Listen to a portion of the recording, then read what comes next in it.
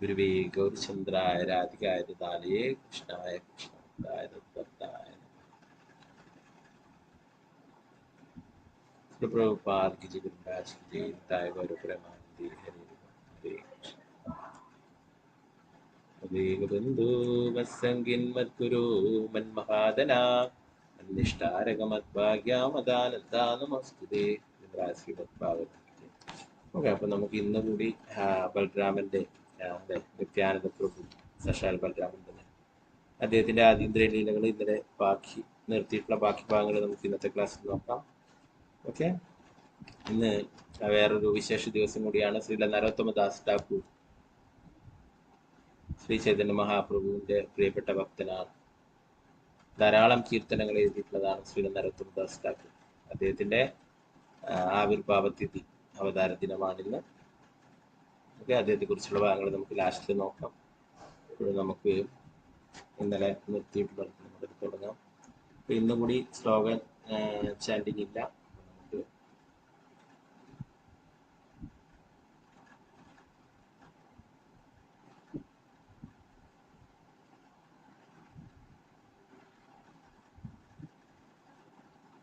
നിത്യാനന്ദ പ്രഭുവിന്റെ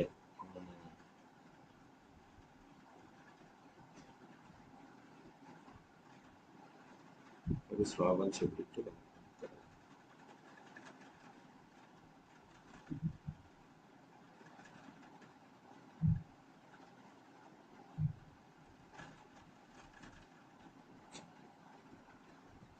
ഇതിലെ കൃഷ്ണദാസ് കവിരാജ് ഗോസ്വാമി പറയുന്നത്,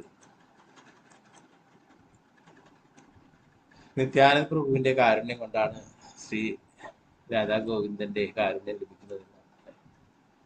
നമുക്ക് അതുപോലെ തന്നെ രാധാ ഗോവിന്ദന്റെ കാരുണ്യം എന്താണ്? ഗുരുവിലൂടെ ശ്രീല പ്രഭുപാദിലൂടെയാണ് നമുക്ക് ലഭിക്കുന്നത് അല്ലെ. അപ്പൊ നമുക്ക് എല്ലാവർക്കും ഈ ശ്ലോകം ചൊല്ലിയിട്ട് ഞാനത് ബാക്കി ഭാഗങ്ങൾ വായിക്കാം.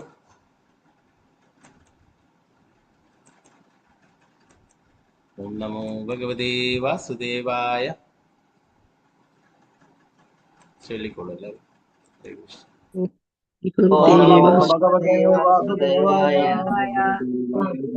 ജയ ജയ നിത്യാനന്ദ ചരണാരവിന്ദ. ജയ ജയ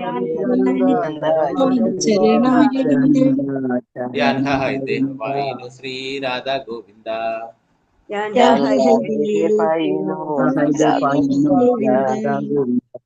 ജയ ജയ നിത്യാനന്ദ ചരണാരവിന്ദ. ജയ ജയ പായിനു ശ്രീ രാധാ ഗോവിന്ദ.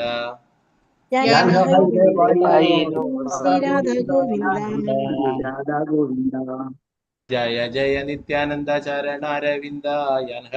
പായിനു ശ്രീ രാധാ ഗോവിന്ദ. ചൊല്ലിക്കൊള്ളു.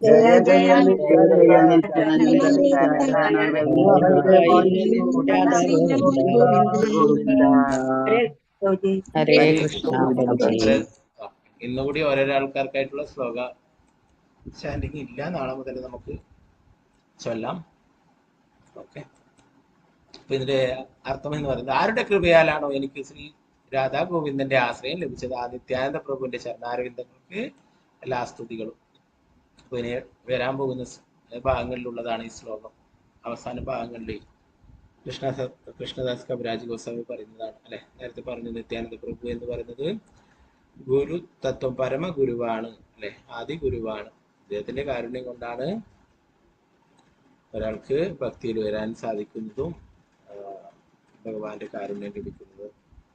നമ്മൾ ഇന്നലെ 135 ശ്ലോകങ്ങൾ എടുത്തിട്ടുണ്ടായിരുന്നു. അതിനുശേഷമുള്ള ശ്ലോകങ്ങൾ നോക്കാം. അപ്പൊ ചൈതന്യ ചരിതാമൃതം ഉള്ളവർ എടുത്തുകൊള്ളൂ. ആദിലീലയില് അഞ്ചാമത്തെ ചാപ്റ്ററിലെ 136 ശ്ലോകം എടുക്കുന്നത്. ഓക്കെ, ഇന്നലെ അവസാനമായിട്ട് നിർത്തിയിട്ടുള്ളത് 135 ശ്ലോകം. കബു ഗുരു കബു സഖ കബു ഭൃത്യലീല പൂർവേന തീന ഭാവേ വ്രജ കേല എന്നുള്ളതാണ്. നിത്യാനന്ദ പ്രഭു ചിലപ്പോൾ ചൈതന്യന്റെ ഗുരുവായി, ചിലപ്പോൾ സുഹൃത്തായി, മറ്റു ചിലപ്പോൾ ഭൃത്യനായും അവിടുന്ന് സേവിക്കുന്നു. മുൻപ് വ്രജത്തിൽ ഭഗവാൻ ബലരാമനും ഈ 3 ഭാവങ്ങളിലാണ് ശ്രീകൃഷ്ണനോടൊത്ത് ലീലകൾ ആടിയിരുന്നത്. ബലരാമൻ എങ്ങനെയാണോ ശ്രീകൃഷ്ണ ഭഗവാന്റെ സേവനങ്ങൾ ചെയ്തിട്ടുള്ളത്, അതുപോലെ തന്നെ സുഹൃത്തായിട്ടും അതുപോലെ തന്നെ അല്ലെ, ബലരാമൻ ജ്യേഷ്ഠനായിരുന്നു. അതുകൊണ്ട് തന്നെ കൃഷ്ണനെ എല്ലാവിധത്തിലും നോക്കുകയുണ്ടായിരുന്നു അല്ലെ. അപ്പോൾ എല്ലാ സംരക്ഷണവും നൽകുന്ന രീതിയിൽ നോക്കുകയുണ്ടായിരുന്നു.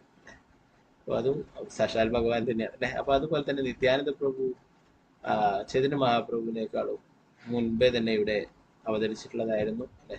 അപ്പോൾ ചൈതന്യ മഹാപ്രഭുവിന്റെ കൂടെ എപ്പോഴും ഉണ്ടായിരുന്നു. സച്ചിമാതയും ആ കുഞ്ഞായിരിക്കുമ്പോൾ തന്നെ ആ അഗ്നിമായുടെ സംരക്ഷണ ചുമതല ആ നിത്യാനന്ദ പ്രഭുവിനെ അദ്വൈതാചാര്യരൊക്കെ ആയിരുന്നു ഏൽപ്പിച്ചത്. അവരൊക്കെ നേരത്തെ തന്നെ ഭഗവാൻ അവതരിക്കുന്നതിന് മുന്നേ തന്നെ ഇവിടെ അവതരിച്ച് ലീലകൾ ആരംഭിച്ചു. വൃഷഹന കൃഷ്ണസനെ മാതമതിരണ കപു കൃഷ്ണ കരെ തന്റെ പാദ സംവാഹന. ബലരാമൻ കൃഷ്ണനോടൊത്ത് ഒരു കാളയെ പോലെ കളിക്കുമ്പോൾ ശിരസുകൾ കൂട്ടിമുട്ടിച്ച് യുദ്ധം ചെയ്യുന്നു. മറ്റു ചിലപ്പോൾ കൃഷ്ണൻ ബലരാമന്റെ പാദങ്ങൾ തിരുമ്മി കൊടുക്കും. ആപനാകെ പൃത്തുക്കരി കൃഷ്ണ പ്രഭു ജാനെ കൃഷ്ണരെ കല ആപനാകെ മാനെ. ബലരാമൻ തന്നെ ഒരു ഭൃത്യനായി കരുതുകയും കൃഷ്ണനെ തന്റെ യജമാനായി അറിയുകയും ചെയ്യുന്നു. അപ്രകാരം കൃഷ്ണന്റെ ഒരു കലാവിസ്തരണത്തിന്റെ തുച്ഛമായ വിസ്തരണമാണ് താനെന്ന് ബലരാമൻ സ്വയം കരുതുന്നു. സാധാരണ ബാലന്മാരെ പോലെ അഭിനയിച്ച അവർ കാള കളിക്കുമ്പോൾ മുക്രയിട്ടുകൊണ്ട് പരസ്പരം പൊരുതുകയും പലതരത്തിലുള്ള മൃഗങ്ങളുടെ ശബ്ദങ്ങൾ അനുകരിക്കുകയും ചെയ്തു. ഇതിനെ കുറിച്ചിട്ടൊക്കെ ശ്രീമദ് ഭാഗവതം ദശമസ്കന്ധത്തിൽ വിവരിക്കുന്നു. ശ്രീകൃഷ്ണന്റെ മുതിർന്ന സഹോദരൻ ബലരാമൻ ചിലപ്പോൾ കളികൾക്ക് ശേഷം ക്ഷീണിതനായ ഒരു ഗോപബാലകന്റെ മടിയിൽ ശിരസ് ചായച്ച് വിശ്രമിക്കുന്ന വേളയിൽ കൃഷ്ണൻ സ്വയം അവിടുത്തെ പാദങ്ങൾ തിരുമ്മി സേവിച്ചു. ബലരാമന്റെ പാദങ്ങള് മസാജ് ചെയ്തു കൊടുക്കുമായിരുന്നു കൃഷ്ണൻ ചിലപ്പോഴൊക്കെ.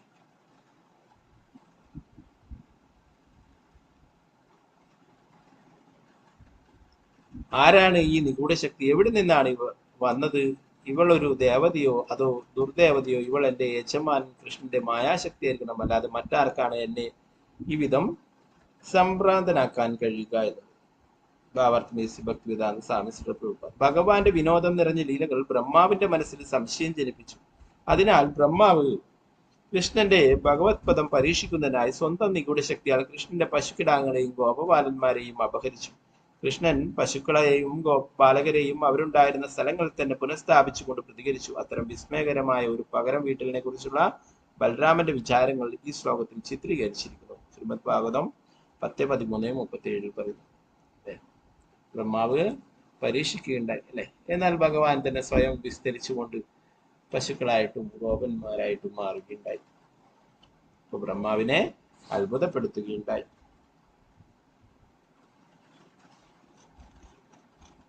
ശ്രീകൃഷ്ണനെ സംബന്ധിച്ച് ഒരു സിംഹാസനത്തിന്റെ മൂല്യം എന്താണ്? വിവിധ ലോകപാലകന്മാർ അവരുടെ കിരീടം ചൂടിയ ശിരസുകളിൽ അവിടുത്തെ പാദധൂളി സ്വീകരിക്കുന്നു. ആ ധൂളി തീർത്ഥസ്ഥലങ്ങളെയും തീർത്ഥീകരിക്കുന്നു. അവിടുത്തെ അംശങ്ങളായ ബ്രഹ്മാവും ശിവനും ലക്ഷ്മിയും ഞാൻ പോലും ശാശ്വതമായി ആ ധൂളി ഞങ്ങളുടെ ശിരസുകളിൽ വഹിക്കുന്നു. ഓക്കെ.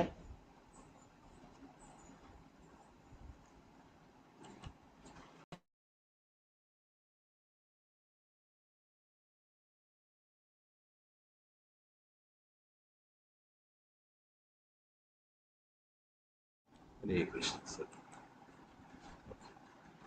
ഇപ്പൊ ബ്രഹ്മാവ് പറയുന്നതാണ്.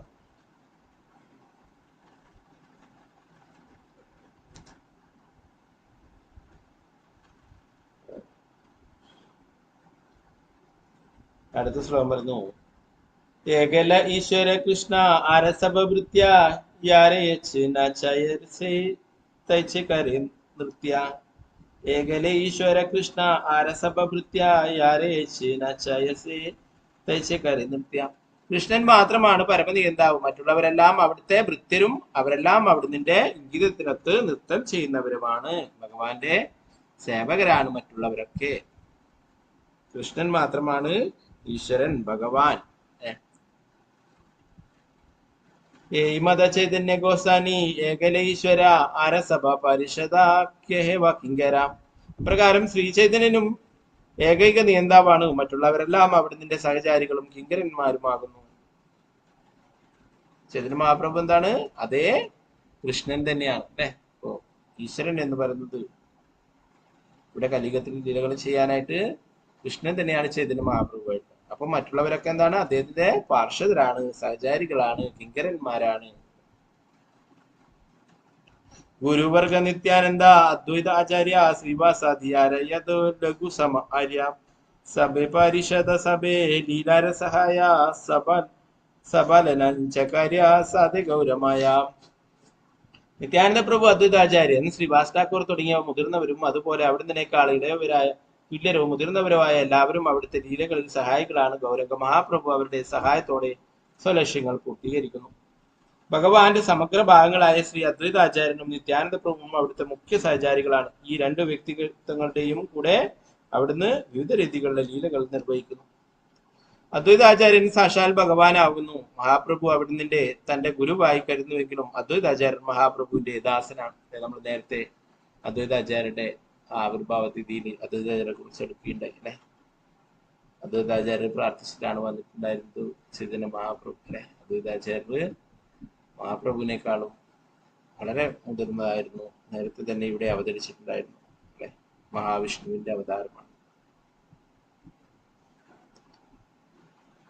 ഒരു ചൈതന്യ മഹാപ്രഭു ഒരു ഗുരുവായിട്ട് കണ്ടിരുന്നത്. എന്നാൽ അദ്വൈതാചാര്യൻ എന്താണ്, താനൊരു ഭൃത്യനാണ്, താനൊരു ദാസനാണ് എന്നാണ് കരുതിയിരുന്നത്.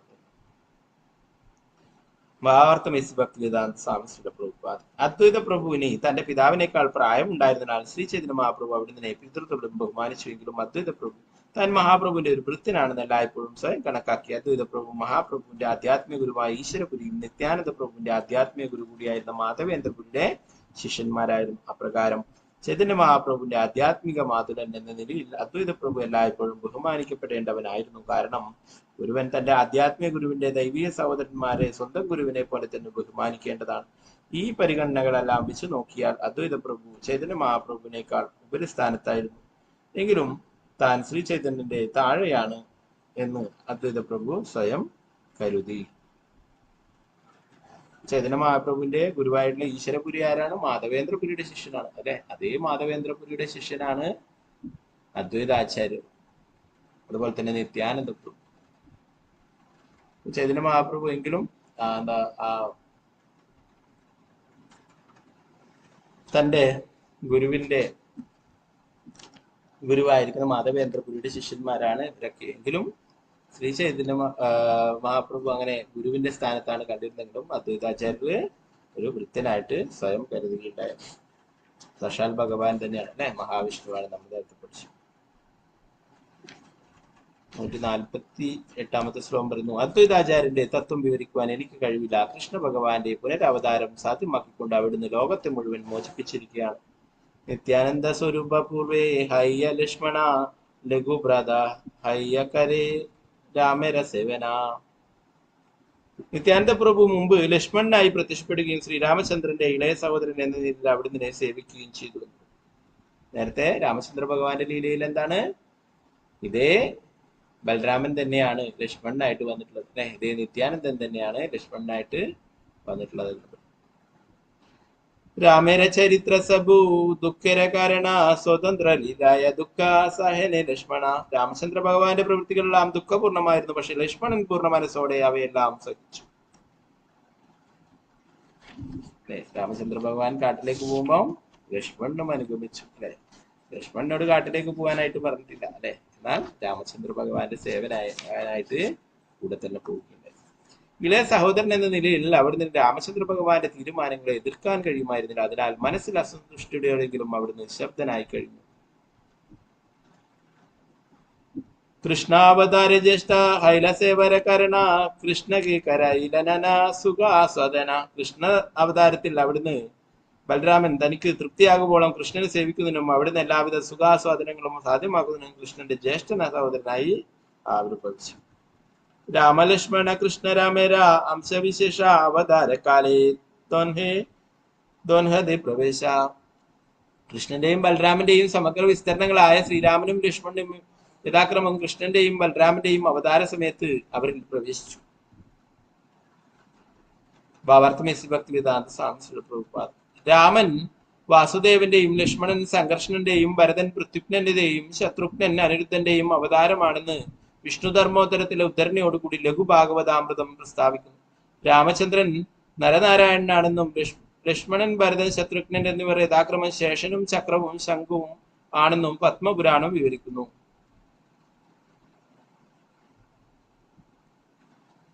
സ്കന്ദ പുരാണത്തിലെ രാമഗീതയിൽ ലക്ഷ്മണ ഭരത ശത്രുഘ്നന്മാരെ ശ്രീരാമന്റെ സേവകത്രയങ്ങളായി വിവരിച്ചിരിക്കുന്നു. എന്താ പറയുന്നത്? ചതുർവ്യൂഹങ്ങളിലെ അവരാണ് അല്ലെ ഭഗവാന്റെ വിസ്തരണങ്ങളെ കുറിച്ച് നേരത്തെ പറയുകയുണ്ടായി. അപ്പൊ അതില് വാസുദേവ, സംഘർഷണ, പ്രത്യുപ്ന, അനിരുദ്ധ ഇവരാണ് ശ്രീരാമചന്ദ്ര ഭഗവാനായിട്ടും ലക്ഷ്മണനായിട്ടും ഭരതനായിട്ടും ശത്രുഘ്നായിട്ടും വന്നിട്ടുള്ളത് എന്ന് പറയുന്നു. അവര് പൊതുവെ രണ്ട് രാമലക്ഷ്മണന്മാരെയാണ് കൂടുതലും എല്ലാവർക്കും അറിയാം അല്ലെ. എന്നാൽ മറ്റുള്ളവരും എന്താണ് ഭഗവാന്റെ തന്നെ വിസ്തരണമാണ്. ഇവിടെ പറയുന്നു രാമൻ വാസുദേവൻ, ലക്ഷ്മണൻ സംഘർഷണൻ, ഭരതൻ പ്രത്യുപ്നൻ, ശത്രുഘ്നൻ അനിരുദ്ധൻ ഇവരുടെ അവതാരമാണെന്ന് ലഘുഭാഗവതാമൃതം വിവരിക്കുന്നു. ഇപ്പോ രാമചന്ദ്ര ഭഗവാന്റെ ലീലയിൽ രാമചന്ദ്രൻ പറയുന്നതൊക്കെ അനുസരിച്ച് അത് മനസ്സിന് തൃപ്തിയില്ലെങ്കിലും അതൊക്കെ ലക്ഷ്മണനെ അനുസരിക്കേണ്ടതായിട്ട് വന്നു. ഇപ്പൊ ലക്ഷ്മണൻ തീരുമാനിച്ചു ഇനി അനിയതായത് കൊണ്ടാണ് ഇതൊക്കെ ചെയ്യിക്കുന്നത് അല്ലെ, ഇനി അടുത്ത അവതാരത്തിൽ ഞാൻ ജ്യേഷ്ഠനായിട്ട് വരും. അപ്പൊ അപ്രകാരം ബലരാമനായിട്ട് ജ്യേഷ്ഠനായിട്ട് കൃഷ്ണലീലയിൽ വരികയില്ല. എങ്കിലും ശ്രീകൃഷ്ണ ഭഗവാൻ പറയുന്നതെല്ലാം അതേപടി അനുസരിച്ചുകൊണ്ട് സേവനം ചെയ്യുന്ന രൂപത്തിലാണ് ബലരാമനായിട്ട് വന്നിട്ടും ചെയ്തിട്ടുണ്ടായിരുന്നു അല്ലെ. 5 തരത്തിലും 5 രസത്തിലും ഭഗവാന് സേവനങ്ങൾ ചെയ്യുകയുണ്ടായി. കൃഷ്ണനും ബലരാമനും സ്വയം അനുജനും ജ്യേഷ്ഠനുമായി ആവിർഭവിക്കുന്നു. പക്ഷെ ശാസ്ത്രങ്ങളിൽ അവർ ആദിപുരുഷനായും അവിടുത്തെ ആദ്യ വിസ്തരണമായും വിവരിക്കപ്പെട്ടു അല്ലെ. കൃഷ്ണൻ പരമദിവ്യത പുരുഷനും അദ്ദേഹത്തിന്റെ ആദ്യത്തെ വിസ്തരണമാണ് ബലരാമൻ. ബ്രഹ്മസംഹിതയിൽ പറയുന്നു രാമാദിമൂർത്തിഷു കലാ നിയമേന തിഷ്ഠാൻ നാനാവതാരമകരോദ്ഭുവനേഷു കിന്തു കൃഷ്ണ സ്വയം സമഭവത് പരമപുമാന്യോ ഗോവിന്ദമാദി പുരുഷം തമഹം ഭജാം. രാമന്റെ ആദിയായുള്ള നാനാ അവതാരമൂർത്തികളും ആയും അംശാവതാരങ്ങളായും നിലകൊള്ളുകയും ശ്രീകൃഷ്ണ ഭഗവാനായി തന്നെ സ്വയം രൂപത്തിൽ ആവിർഭവിക്കുകയും ചെയ്യുന്ന ആദിപുരുഷനായ ഗോവിന്ദനെ ഞാൻ ഭജിക്കുന്നു. ചൈതന്യ മഹാപ്രഭു ആ കൃഷ്ണൻ തന്നെയാണ്. നിത്യാനന്ദ പ്രഭു ബലരാമന്, നിത്യാനന്ദ പ്രഭു ശ്രീ ചൈതന്യ എല്ലാ ആഗ്രഹങ്ങളും പൂർത്തീകരിക്കുന്നു. ശ്രീ ചൈതന്യ സേ കൃഷ്ണ നിത്യാനന്ദ രാമ നിത്യാനന്ദ പൂർണ്ണക്കരേ ചൈതന്യ രകാമ. നിത്യാനന്ദ മഹിമാ സിന്ധു അനന്ത അപാര ഏകകണ്ഠ സ്പർശി മാത്ര സേ കൃപ തൻഹര. നിത്യാനന്ദ പ്രഭുവിന്റെ മഹിമാസാഗരം അനന്തവും ആഴമളക്കാനാവാത്തതുമാണ്. അവിടുത്തെ കാരുണ്യം കൊണ്ട് മാത്രമേ അതിന്റെ ഒരു തുള്ളിയെങ്കിലും എനിക്ക് സ്പർശിക്കാൻ കഴിയൂ. കൃഷ്ണദാസ് കവിരാജ് ഗോസ്വാമി പറയുന്നു നിത്യാനന്ദ പ്രഭുവിന്റെ മഹത്വങ്ങള് അനന്തമാണ്, അത് അളക്കാൻ സാധിക്കാത്തതാണ്. ആ നിത്യാനന്ദ പ്രഭുവിന്റെ കാരുണ്യം കൊണ്ട് ഞാൻ ഒരു അല്പമെങ്കിലും വിവരിക്കുന്നു. ആരേകശുന തൻര കൃപാര മഹിമ അധമ ജീവരെ ചടായില ഊർധസീമ. അവിടുത്തെ കാരുണ്യത്തിന്റെ മറ്റൊരു മഹിമ കേൾക്കൂ. അവിടുന്ന് ഒരു പതീതനായ ജീവസത്തെ ഏറ്റവും ഉന്നതാവസ്ഥയിലേക്ക് ഉയർത്തി. അത് വെളിപ്പെടുത്തുന്നത് ശരിയല്ല, കാരണം അത് വേദങ്ങൾ പോലെ രഹസ്യമായി സൂക്ഷിക്കേണ്ടതാണ്. എങ്കിലും അവിടുത്തെ കാരുണ്യം എല്ലാവരെയും അറിയിക്കുക എന്ന ഉദ്ദേശത്തോടെ ഞാൻ അത് പറയാം.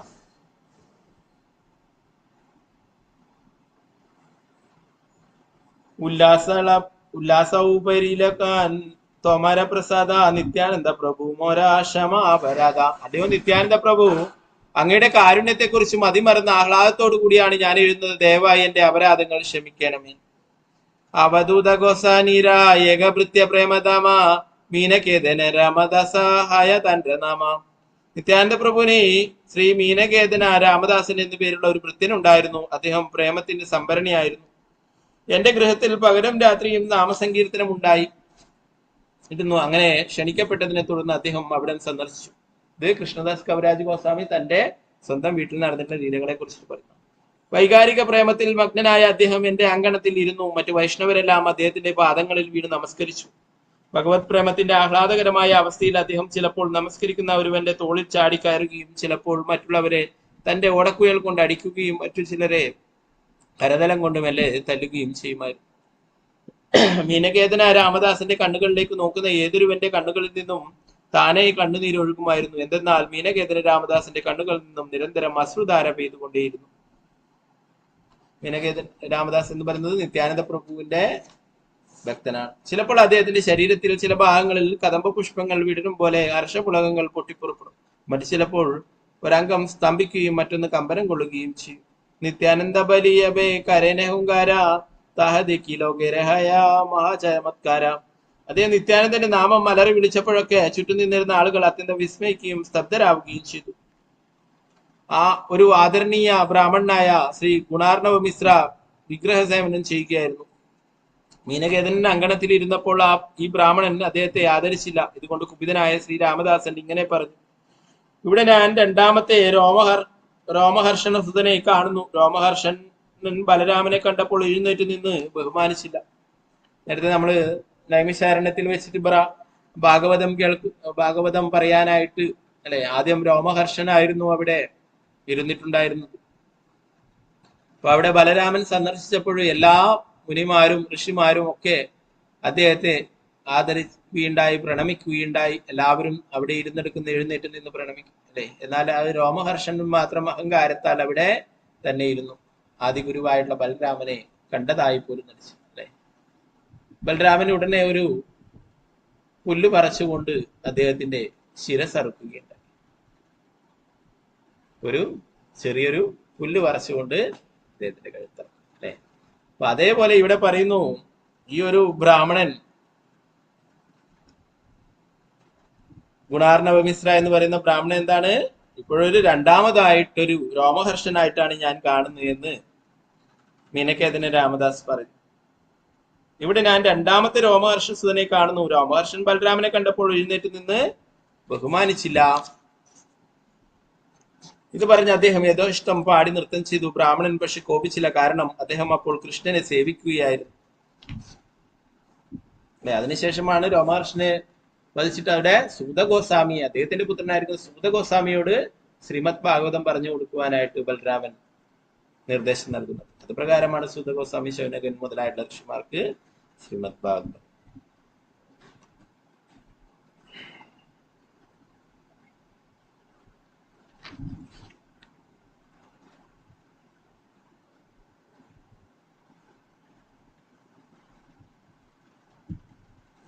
ഉത്സവത്തിന് ശേഷം മീനകേതന രാമദാസൻ എല്ലാവർക്കും തന്റെ അനുഗ്രഹങ്ങൾ അർപ്പിച്ച് യാത്രയെ. ആ സമയത്ത് എന്റെ സഹോദരനുമായി അദ്ദേഹം ചില വിവാദങ്ങളിൽ ഏർപ്പെടുകയുണ്ടായി.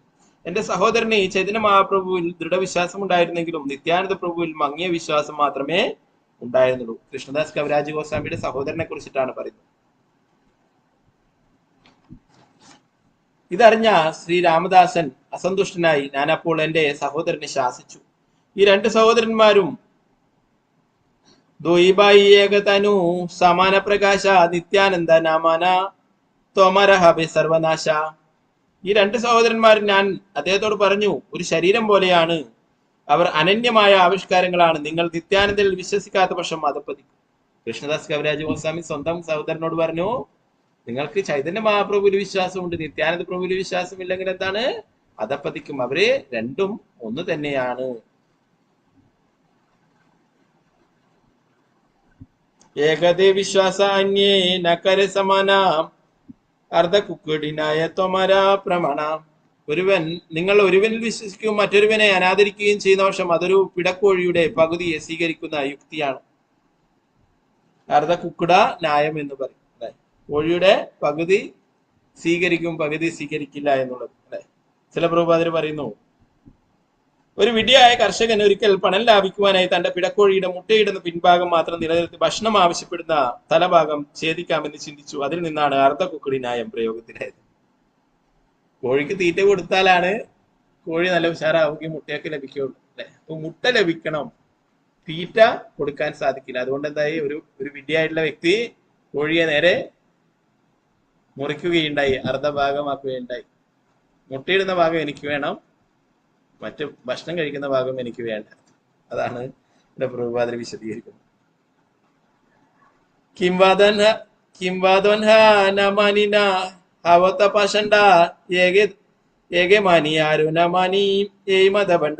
രണ്ട് സഹോദരന്മാരിൽ ഒരാളെ വിശ്വസിക്കുകയും മറ്റേയാളെ കുറച്ചു കാണുകയും ചെയ്യുന്ന കപട നാട്ടിക്കാരനാകുന്നതിന് നന്ന് ഇരുവരെയും അവമതിക്കുന്ന നാസ്തികനാകുന്നതായിരിക്കും. അതാണ് ചൈതന്യ മഹാപ്രഭുവിൽ വിശ്വാസമുണ്ട്. എന്നാൽ ചൈതന്യ മഹാപ്രഭുവിന്റെ തന്നെ പ്രഥമ വിസ്തൃതമായിട്ടുള്ള ബലരാമനാണ് നിത്യാനന്ദ പ്രഭുവായിട്ട് വന്നത് അല്ലെ. അദ്ദേഹത്തിന് വിശ്വാസമില്ല. അതുകൊണ്ട് പറയുന്നു, എന്നാൽ രണ്ടുപേരെയും നിങ്ങൾ വിശ്വസിക്കാതിരിക്കുന്നതാണ് നല്ലത്. അപ്രകാരം കുപിതനായ രാമദാസൻ അദ്ദേഹത്തിന്റെ ഓടക്കുഴൽ ഉടച്ചു കളഞ്ഞിട്ട് പോവുകയും ആ സമയത്ത് തന്റെ സഹോദരന്റെ പതനം സംഭവിക്കുകയും ചെയ്തു. കൃഷ്ണദാസ് കവിരാജ് ഗോസ്വാമി സ്വന്തം സഹോദരനെ കുറിച്ചിട്ടാണ് ഇവിടെ പറഞ്ഞത്. നിത്യാനന്ദന്റെ ഭൃത്യന്മാരുടെ പ്രഭാവത്തെ കുറിച്ച് ഇപ്രകാരം ഞാൻ വിവരിച്ചു. ഇപ്പോൾ അവിടുത്തെ കാരുണ്യത്തിന്റെ മറ്റൊരു ശ്രേഷ്ഠതയെ കുറിച്ച് ഞാൻ വിവരിക്കാം.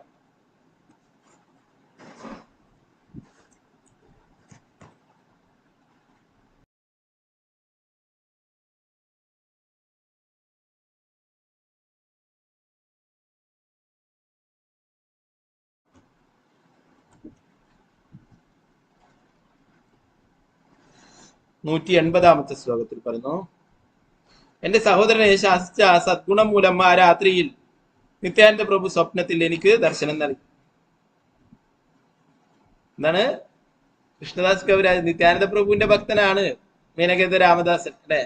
അദ്ദേഹത്തിന് ആ ഗുണാർണവ മിശ്ര എന്ന് പറഞ്ഞിട്ടുള്ള ആ ബ്രാഹ്മണന്റെ സുഹൃത്താണ് കൃഷ്ണദാസ് കവിരാജ് ഗോസ്വാമിയുടെ സഹോദരൻ അല്ലെ. അതുകൊണ്ട് തന്നെ നിത്യാനന്ദ പ്രഭുവിലെ വിശ്വാസമില്ല, ചൈതന്യ മഹാപ്രഭുവിൽ കൂടുതൽ വിശ്വാസം ഉണ്ടായിരുന്നു. അങ്ങനെ ശാസിക്കുകയുണ്ടായി. അതിന്റെ കാരുണ്യം, അതിന്റെ ഫലമായിട്ട് അദ്ദേഹത്തിന് വൃന്ദാവനത്തിലേക്ക് പോകാൻ സാധിച്ചു എന്ന് പറയും.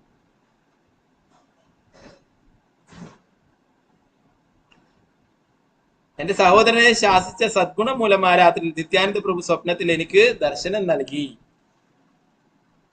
നൈഹാട്ടിക്ക് സമീപമുള്ള ജാമടപുരം ഗ്രാമത്തിൽ നിത്യാനന്ദ പ്രഭു സ്വപ്നത്തിൽ എനിക്ക് പ്രത്യക്ഷനായി.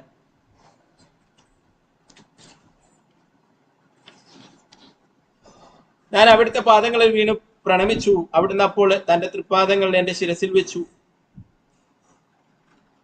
എഴുന്നേൽക്കൂ, എഴുന്നേൽക്കൂ, അവിടുന്ന് എന്നോട് ആവർത്തിച്ചു പറഞ്ഞു. എഴുന്നേറ്റ് ഞാൻ അവിടുത്തെ സൗന്ദര്യം കണ്ട് അത്യന്തം സ്തബ്ധനായി. ശ്യാമചിക്കണ കാന്തി പ്രകാണ്ഡ ശരീര സാക്ഷാൽ കന്ദർപ്പായച്ചേ മഹാമല്ലവീര. മിനുസമാർന്ന ശ്യാമവർണവും നല്ല ഉയരവും ദൃഢവും വിരോചിതവുമായ ഘടനയും മൊത്ത ശരീരത്തോടു കൂടി അവിടുന്ന് കാമദേവനെ പോലെ തോന്നിച്ചു. സുവലിത ഹസ്തപദ കമലയാന പട്ടവസ്ത്രശിരെ പട്ടവസ്ത്ര പരിധാന. മനോഹരമായി ആകൃതിയൊത്ത കരചരണങ്ങളും താമര ഇതൾ പോലുള്ള കണ്ണുകളുമായിരുന്നു അവിടുന്ന്. പട്ടുവസ്ത്രം അണിഞ്ഞ് അവിടുന്ന് പട്ടുകൊണ്ടുള്ള ഒരു തലപ്പാവും ധരിച്ചിരുന്നു. സുവർണ കുണ്ടല കർണേ സ്വർണാംഗ ദവാല പായതേന്നു പുരബാജേ കണ്ടു പുഷ്പമാല. കാതുകളിൽ സ്വർണ്ണ കർണാഭരണങ്ങൾ ധരിച്ചിരുന്ന അവിടുന്ന് സ്വർണ്ണ തോൾവളകളും കൈവളകളും അണിഞ്ഞിരുന്നു. പാദങ്ങളിൽ കിലുങ്ങുന്ന നൂപുരങ്ങളും കഴുത്തിൽ പുഷ്പമാലയവും ധരിച്ചിരുന്നു. ചന്ദനലേപിതാംഗ തിലക സുഡാമാം മത്തഗജാജിനി മത മന്ദര പയാനാം. അവിടുത്തെ ചന്ദനലേപിത ശരീരം തിലകത്താൽ അലങ്കരിച്ചിരുന്നു. ഒരു മദാനയുടെ ചലനങ്ങളെ വെല്ലുന്നതായിരുന്നു അവിടുത്തെ ചലനങ്ങൾ. കോടി ചന്ദ്രജീനി മുഖ ഉജ്ജ്വല വരണ ദാഡിംബ ബീജ സമദന്ത താമ്പുല ചർവണ. അവിടുത്തെ മുഖം കോടിക്കണക്കിന് ചന്ദ്രന്മാരെക്കാൾ സുന്ദരമായിരുന്നു. അവിടുത്തെ ദന്തങ്ങൾ താമ്പൂല ചർവണം മൂലം മാതള നാരകത്തിന്റെ വിത്തുകൾ പോലെയായിരുന്നു. പ്രേമമത്താംഗാഹി നേവമേ തോലെ കൃഷ്ണ കൃഷ്ണ ബലിയ ഗംഭീര ബോല ബലേ. ഹർഷോന്മാദത്തിൽ നിമഗ്നനായ അവിടുത്തെ തിരുവുടൽ മുന്നോട്ടും പിന്നോട്ടും വലത്തോട്ടും ഇടത്തോട്ടും ചലിച്ചുകൊണ്ടിരുന്നു. അവിടുന്ന് ഗംഭീരമായ ശബ്ദത്തിൽ കൃഷ്ണ കൃഷ്ണ എന്ന് ഉച്ചരിച്ചു കൊണ്ടിരുന്നു. കയ്യിലുണ്ടായിരുന്ന ചുവന്ന വടി ചുഴറ്റിക്കൊണ്ടിരുന്ന അവിടുന്ന് ഒരു ഉന്മത്തനായ സിംഹത്തെ പോലെ തോന്നിച്ചു. അവിടുത്തെ പാദങ്ങൾക്ക് ചുറ്റും മൂളിപ്പറക്കുന്ന വണ്ടുകൾ ഉണ്ടായിരുന്നു. ഗോപപാലകന്മാരുടെ വേഷം ധരിച്ച അവിടുത്തെ ഭക്തന്മാർ പ്രേമഭാവത്തിൽ നികുതനായി മൂളിപ്പറക്കുന്ന നെൽവണ്ടുകളെ പോലെ കൃഷ്ണായി കൃഷ്ണ എന്ന് ഉരുവിട്ടുകൊണ്ട് അവിടുത്തെ അടിമലരിണകളെ വലയം ചെയ്തുകൊണ്ടിരുന്നു. ചിലർ കൊമ്പുകളും കൂടക്കൊഴിലും, ചിലർ പാടുകയും നൃത്തം ചെയ്യുകയും ചെയ്തു. ചിലർ താമ്പൂലം നൽകുകയും ചിലർ അവിടുന്ന് ചാമരം വീശുകയും ചെയ്തു. നിത്യാനന്ദ സ്വരൂപേര ദേക്കീയ വൈഭവ കിപരൂപ ഗുണലീല അലൗകിക സഭ. പ്രകാരം ഞാൻ നിത്യാനന്ദ സ്വരൂപിനിൽ അത്ഭുതകരമായ ഐശ്വര്യം ദർശിച്ചു. അവിടുത്തെ അത്ഭുത രൂപവും ഗുണങ്ങളും ലീലകളും എല്ലാം അലൗകികമാണ്. നിത്യാനന്ദ പ്രഭുവിന്റെ ദർശനം ലഭിക്കുകയുണ്ടായി കൃഷ്ണദാസ് കവിരാജ് ഗോസ്വാമി. അതിനെ കുറിച്ചിട്ടാണ് ഇവിടെ വിവരിക്കുന്നത്. നിത്യാനന്ദ പ്രഭുവിന്റെ സൗന്ദര്യത്തെ കുറിച്ച്. ഞാൻ മറ്റൊന്നും അറിയാൻ കഴിയാത്ത വിധം അതീന്ദ്രിയ ഹർഷോന്മാദത്തിൽ ആഴ്ന്നുപോയി. അപ്പോൾ നിത്യാനന്ദ ഭഗവാൻ പുഞ്ചിരിക്കുകയും എന്നോട് ഇപ്രകാരം പറയുകയും ചെയ്തു. ആരേ ആരേ കൃഷ്ണദാസ നകർഹഭയ വൃന്ദാവനേ യാഹായ താൻഹ സർവലഭ്യഹായ. ആരേ ആരേ കൃഷ്ണദാസ നകർഹഭയ വൃന്ദാവനേ യാഹ താൻഹ സർവലഭ്യഹായ. അല്ലയോ എന്റെ പ്രിയപ്പെട്ട കൃഷ്ണദാസ, ഭയപ്പെടരുത്, വൃന്ദാവനത്തിലേക്ക് പോവുക, അവിടെ നിനക്ക് എല്ലാം നേടാൻ കഴിയും. ഏതബലി പ്രേരില മോരെ ആദസനിധിയ അന്തർദാന കൈല പ്രഭു നിജ ഗണലന. ഇങ്ങനെ പറഞ്ഞ് വൃന്ദാവന ഭാഗത്തേക്ക് കൈ ചൂണ്ടി എനിക്ക് ലക്ഷ്യം കാട്ടിത്തതിനു ശേഷം അവിടുന്ന് സഹായികളൊത്തു അപ്രത്യക്ഷനായി. ധ്യാന പ്രഭു അവിടെ പ്രത്യക്ഷനായി കൃഷ്ണദാസ് കവിരാജ് ഗോസ്വാമിക്ക് എന്ന് പറഞ്ഞു തന്റെ സഹോദരനെ, വൈഷ്ണവ നിന്ദ നടത്തിയ തന്റെ സഹോദരനെ ശാസിക്കുകയുണ്ടായി. അതുപോലെ തന്നെ എന്താണ് മീനകേതര രാമദാസിനെ നിന്ദിച്ചു, അദ്ദേഹം അവിടുന്ന് പിണങ്ങി പോവുകയുണ്ടായി. അപ്പൊ അതുപോലെ തന്നെ നിത്യാനന്ദ പ്രഭു ആദിഗുരുവായിട്ടുള്ള ബലരാമനായിട്ട് നിത്യാനന്ദ പ്രഭുവിനെയും നിന്ദിക്കുകയുണ്ടായി അല്ലെ. അപ്പോൾ അതിന് തന്റെ സഹോദരനായിട്ട് കൂടി വളരെ അദ്ദേഹത്തെ വിമർശിക്കുകയുണ്ടായി, അദ്ദേഹത്തെ വഴക്ക് പറയുകയുണ്ടായി കൃഷ്ണദാസ് കവിരാജ് ഗോസ്വാമി. അതുകൊണ്ട് കൃഷ്ണദാസ് കവിരാജ് ഗോസ്വാമിക്ക് ഗുരുവിന്റെ കാരുണ്യം, ആദിഗുരുവിന്റെ നിത്യാനന്ദ പ്രഭുവിന്റെ കാരുണ്യം ലഭിച്ചു എന്ന് വരും. അപ്പൊ അങ്ങനെ വൃന്ദാവനത്തിലേക്ക് നീ പോയിക്കൊള്ളൂ, നിനക്ക് എല്ലാ സഹായങ്ങളും അവിടെ ലഭിക്കും, നിനക്ക് നല്ല രീതിയിൽ ഭക്തി ചെയ്യാം, അവിടേക്ക് പോയിക്കോളൂ എന്ന് പറഞ്ഞിട്ട് അവിടുന്ന് പോവാനായിട്ട് ആവശ്യപ്പെടുകയുണ്ടായിരുന്നു. ഞാൻ ബോധശൂന്യനായി നിലംപതിക്കുകയും അപ്പോൾ എന്റെ സ്വപ്നം മുറിയുകയും ചെയ്തു. ബോധം വീണ്ടും കിട്ടിയപ്പോൾ പ്രഭാതമായതായി കണ്ടു.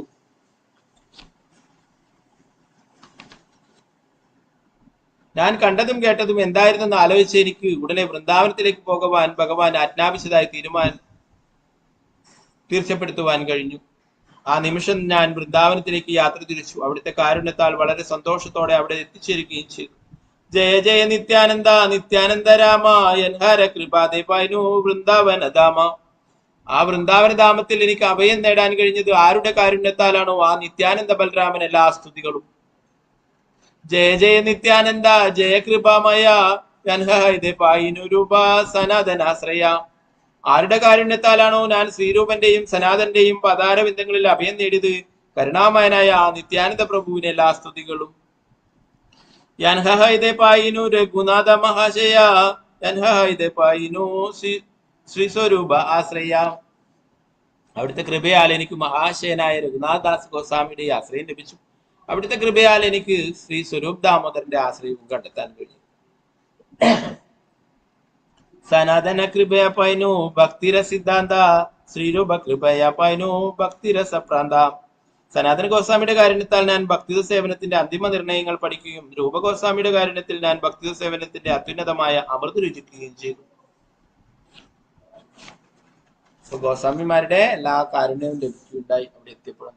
ജയ ജയ നിത്യാനന്ദ ചരണാരവിന്ദ പായിനു ശ്രീ രാധ ഗോവിന്ദ. അതാണ് ഈ ശ്ലോകം ഞാൻ സ്ക്രീനിൽ നേരത്തെ കാണിച്ചത്. ആരുടെ കൃപയാലാണോ എനിക്ക് ശ്രീ രാധാഗോവിന്ദന്റെ ആശ്രയം ലഭിച്ചത് ആ നിത്യാനന്ദ പ്രഭുവിന്റെ ചരണാരവിന്ദങ്ങൾക്ക് എല്ലാ സ്തുതികളും. ജഗായി മതഹൈതേ മൊയി സേവാഭിഷ്ട പുരുഷര കീടഹൈതേ മൊയി സേ ജഗിഷ്ട. ഞാൻ ജഗായി മതായി എന്നിവരെക്കാൾ പാപിയും മലത്തിലെ കൃമികളെക്കാൾ അധമനുമാണ്. ഇവിടെ കൃഷ്ണദാസ് കവിരാജ് ഗോസ്വാമി ഞാൻ അത്രയും പാപിയാണ് എന്ന് കൃഷ്ണദാസ് കവിരാജ് ഗോസ്വാമി പറയുന്നു. ഞാൻ ജഗായി മതായിനേക്കാളും പാപിയായിട്ടുള്ള ആളാണ്, ഞാൻ ഒരു മരത്തിലെ കൃമിയേക്കാളും അധമനായിട്ടുള്ള വ്യക്തിയാണ്. മോരനാമശൂനയേ താര പുണ്യശയ മോരനാമലയ ഹേ താര പാപഹയ. എന്റെ നാമം ശ്രമിക്കുന്ന ഏതൊരുവനും തന്റെ പുണ്യകർമ്മങ്ങളുടെ ഫലങ്ങൾ നഷ്ടപ്പെടുത്തുന്നു, എന്റെ നാമം ഉച്ചരിക്കുന്ന ഏതൊരുവനും പാപിയായി തീരുന്നു. കൃഷ്ണദാസ് കവിരാജ് ഗോസ്വാമി പറയുന്നത് ഞാൻ അത്രയും പാപിയാണ്, അതുകൊണ്ട് ആരാണോ എന്റെ നാമം എന്റെ പേര് കേൾക്കുന്നത് അവരെ പുണ്യമൊക്കെ തീരും, ഇല്ലാണ്ടാവും, എന്റെ നാമം ഉച്ചരിക്കുന്ന ഏതൊരുവനും പാപിയായിത്തീരുന്നു.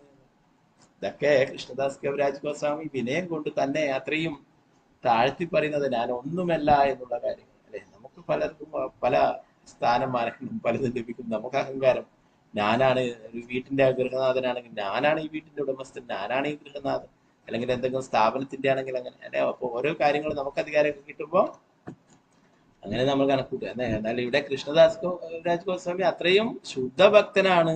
സഷാൽ ഭഗവാൻ ആദിഗുരുവായിട്ടുള്ള നിത്യാനന്ദ പ്രഭു നേരിട്ട് വന്നിട്ട് നിർദ്ദേശം നൽകിയിട്ടാണ് വൃന്ദാവനത്തിൽ വന്നിട്ടുള്ളത്. അപ്പൊ ആ നിത്യാനന്ദ പ്രഭുവിന്റെ അഭേദുകമായിട്ടുള്ള കാരുണ്യത്തെ കുറിച്ചിട്ട് പറയുന്നു. എനിക്ക് ഗോസ്വാമിമാരുടെ കാരുണ്യം, ഭഗവാന്റെ കാരുണ്യം എല്ലാം ലഭിച്ചിട്ടുള്ളത് ആ നിത്യാനന്ദ പ്രഭുവിന്റെ കാരുണ്യത്തിലൂടെയാണ്. ഞാൻ അത്രയും പാപിയാണെന്ന് പറഞ്ഞു. ജഗായി മതായിയെ കുറിച്ച് അല്ലെ ആ ലീലകൾ നമ്മൾ ഡിസ്കസ് ചെയ്തിട്ടുണ്ടായിരുന്നു. ഏറ്റവും പാപികളായിട്ടുള്ളവരാണ് അല്ലെ. അവർക്ക് കാരുണ്യം കൊടുത്തത് നിത്യാനന്ദ പ്രഭു ആയിരുന്നു. നിത്യാനന്ദ പ്രഭുവിന്റെ തലയടിച്ച് പൊട്ടിച്ചിട്ടും ചോര വന്നിട്ടും അല്ലെ ചൈതന്യ മഹാപ്രഭു സുദർശനം എടുത്തിട്ട് അവരെ നിഗ്രഹിക്കാൻ പോയപ്പോഴും പറഞ്ഞു അവരോട് ക്ഷമിക്കണം. കലിയുഗത്തിൽ നമ്മൾ അവതരിച്ചതിന്റെ ലക്ഷ്യം ഏറ്റവും പതിതരെ പോലും ഉദ്ധരിക്കലാണ്. ഏറ്റവും പതിതരായിട്ടിരിക്കുന്നവരാണ് അവരോട് കാരുണ്യം കാണിക്കണം എന്ന് പറഞ്ഞിട്ട് ചൈതന്യ മഹാപ്രഭുവിനെ തടയുകയുണ്ടായി. അപ്പൊ പറയുന്നു ആ ജഗായി മതായിനേക്കാളും പാപിയാണ് ഞാൻ എന്ന്. എന്റെ നാമം പറയുന്ന ഒരാളും അവരുടെ പുണ്യമൊക്കെ ക്ഷയിക്കും എന്ന് പറയുന്നു. അപ്പൊ ഇതൊക്കെ വെറുതെ പറയുന്നതാ. അത്രയും ശുദ്ധഭക്തനാണ്, ഭഗവാന് പ്രിയപ്പെട്ട ഭക്തനാണ്. എന്നാൽ താൻ ആരുമല്ല എന്ന് കൃഷ്ണദാസ് കവിരാജ് അവസാനം ചൈതന്യ ചരിതാമൃതം പറഞ്ഞിട്ട് അവസാനം പറയുന്നു, ആരാണോ ഈ ചൈതന്യ ചരിതാമൃതം കേൾക്കുന്നത് വായിക്കുന്നത് അവരുടെ പാദധൂളികൾ എടുത്തിട്ട് ഞാൻ ശിരസിൽ അണിയും, അവരുടെ പാദം കഴുകിയിട്ടുള്ള ജലം ഞാൻ കുടിക്കും എന്ന് കൃഷ്ണദാസ് കവിരാജ് പറയും. അത്രയും ശുദ്ധ ഭക്തനാണ്. എന്നാൽ താൻ ഭക്തനെയില്ല. ഉയർന്ന ഭക്തന്മാർ അങ്ങനെയാണ്. എന്താണ്, മറ്റുള്ളവരൊക്കെ ഭക്തനാണ്, ഞാൻ ഒന്നുമല്ല എന്നാണ് അവർ കരുതുക. എന്നാൽ കുറച്ച് ഭക്തിയൊക്കെ ചെയ്യുമ്പോൾ പല തരത്തിലും നമുക്ക് തോന്നും നമ്മളെന്തോ വലിയ സംഭവമാണ്, മറ്റുള്ളവരും ഒന്നുമല്ല എന്നല്ല. അങ്ങനെയല്ല. ശുദ്ധഭക്തന്മാരെന്താ കരുതുക, മറ്റുള്ളവരെല്ലാം ഭക്തന്മാരാണ്, ഞാൻ എന്നാലും ഒന്നുമല്ല എന്ന്. അങ്ങനെയാണ് കൃഷ്ണദാസ് കവിരാജ് വാസവൻ പറയുന്നത്. ഞാൻ അത്രയും പാപിയാണ് എന്ന്. ഏമന നിർഗണ്യമോരെ കേവകൃപകരെ ഏക നിത്യാനന്ദ വിനു ജഗത് വിധരെ. എന്നെ പോലെ നിന്ദ്യനായൊരു വ്യക്തിയോട് കരുണ കാട്ടാൻ ഈ ലോകത്തിൽ നിത്യാനന്ദനൊഴികെ മറ്റാർക്കാണ് കഴിയുക? ഇത്രയും പാപിയായിട്ടുള്ള എന്നോട് കാരുണ്യം കാണിക്കുവാൻ നിത്യാനന്ദ പ്രഭുവിനല്ലാതെ മറ്റാർക്കാണ് കഴിയുക?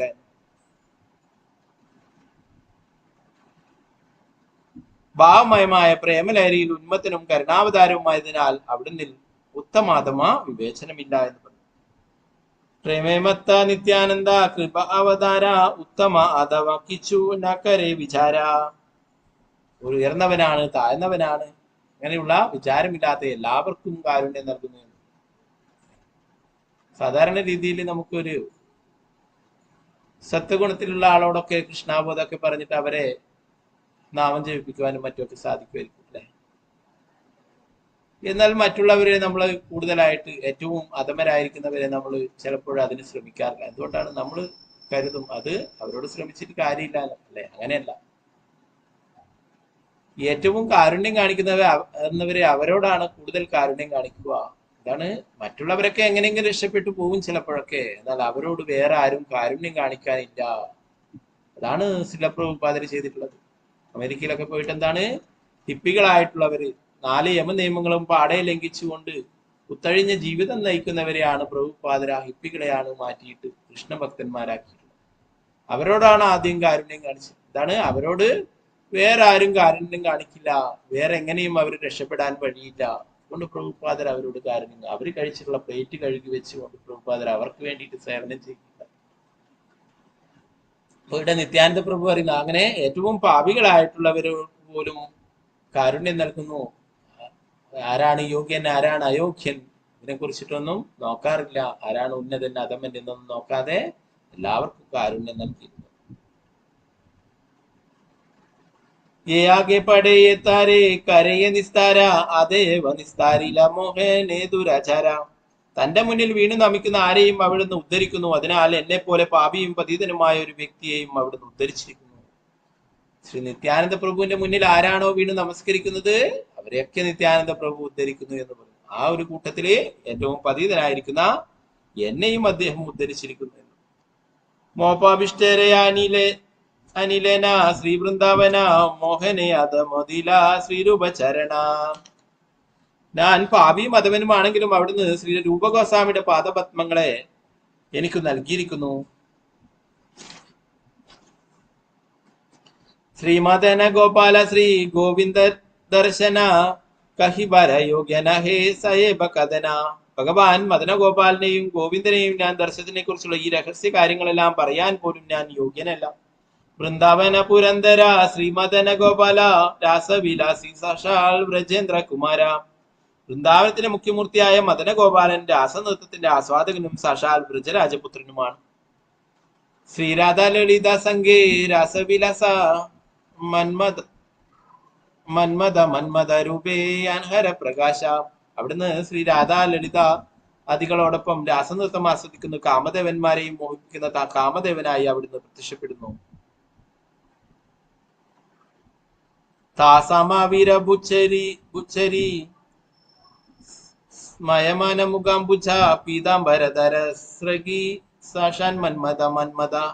പീതവസ്ത്രങ്ങൾ അണിഞ്ഞ് പുഷ്പഹാരത്താൽ അലങ്കൃതനായി മന്ദഹാസം തൂകുന്ന മുഖാംബുജത്തോടെ ഗോപികമാർക്കിടയിൽ പ്രത്യക്ഷപ്പെടുന്ന ശ്രീകൃഷ്ണ ഭഗവാൻ സാക്ഷാൽ കാമദേവന്റെ ഹൃദയത്തെയും മോഹിപ്പിക്കും വിധം മനോജ്ഞമായി കാണപ്പെടുന്നു. ഇരുവശങ്ങളിലും രാധയും ലളിതയാലും സേവിക്കപ്പെടുന്ന അവിടുന്ന് സ്വമാധുര്യത്താൽ സർവ്വഹൃദയങ്ങളെയും ആകർഷിക്കുന്നു. നിത്യാനന്ദതയാമോരാ താന്റെ കൈല ശ്രീരാധ മദന മോഹനെ പ്രഭു കരുതില. നിത്യാനന്ദ പ്രഭുവിന്റെ കാരുണ്യം എനിക്ക് ശ്രീ മദനമോഹനെ കാണിച്ചു തരികയും മദനമോഹനെ എന്റെ നാഥനും യജമാനുമായി നൽകുകയും ചെയ്തു. മോദമെതില ശ്രീ ഗോവിന്ദ ദർശന കഹിബര കഥന ഹേ അകത്യ കഥന. അവിടുന്ന് എന്നെ പോലെ അധമനായ ഒരുവന് ഭഗവാൻ ഗോവിന്ദന്റെ ദർശനം നൽകി. ഇത് വർണ്ണിക്കുവാൻ വാക്കുകളില്ല, ഇത് വെളിപ്പെടുത്തുന്നത് യോഗ്യവുമല്ല.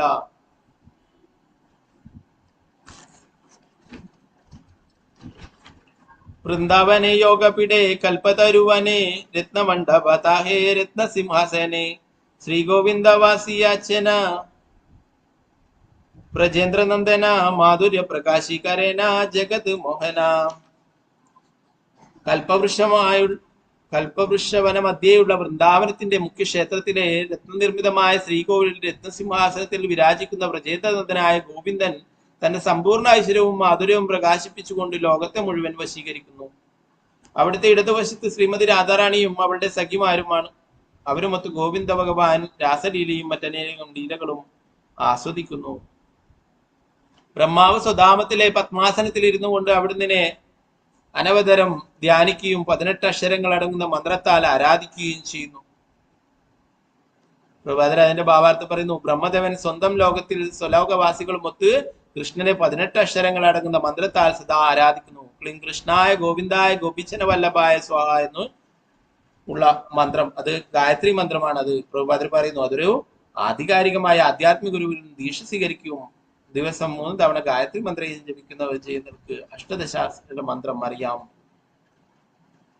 ബ്രഹ്മയോഗവാസികളും ബ്രഹ്മയോഗത്തിന് താഴെയുള്ള ഗ്രഹങ്ങളിൽ വസിക്കുന്ന ഒരു ഗോവിന്ദനെ ഈ മന്ത്രത്താൽ ധ്യാനിച്ച് ആരാധിക്കും. ധ്യാനവും ജപവും തമ്മിൽ യാതൊരു വ്യത്യാസമില്ല. എങ്കിലും ഈ യുഗത്തിൽ ഈ ലോകത്തിൽ ധ്യാനം അസാധ്യമാണ്. അതുകൊണ്ട് 18 അക്ഷരങ്ങൾ അടങ്ങുന്ന അഷ്ടാദശാക്ഷര മന്ത്രത്തിന്റെ പതുക്കെയുള്ള ജപത്തോടൊപ്പം ഹരേ കൃഷ്ണ പോലുള്ള മഹാമന്ത്രത്തിന്റെ ഉറക്കെയുള്ള കീർത്തനവും ശുപാർശ ചെയ്യപ്പെട്ടിരിക്കുന്നു. ഇപ്പൊ ബ്രഹ്മാവ് ജപിക്കുന്നു, ഭഗവാന് ജപിക്കുന്നതായിട്ട് പറഞ്ഞു അല്ലെ. നേരത്തെ പറഞ്ഞു ബ്രഹ്മാവും ശിവനും മറ്റുള്ളവരും ഒക്കെ എന്താണ്? ഭഗവാന്റെ ദാസന്മാരാണ്, ഭഗവാന്റെ സേവകരാണ് അല്ലെ. ഏകലേശ്വര കൃഷ്ണ അരസബു.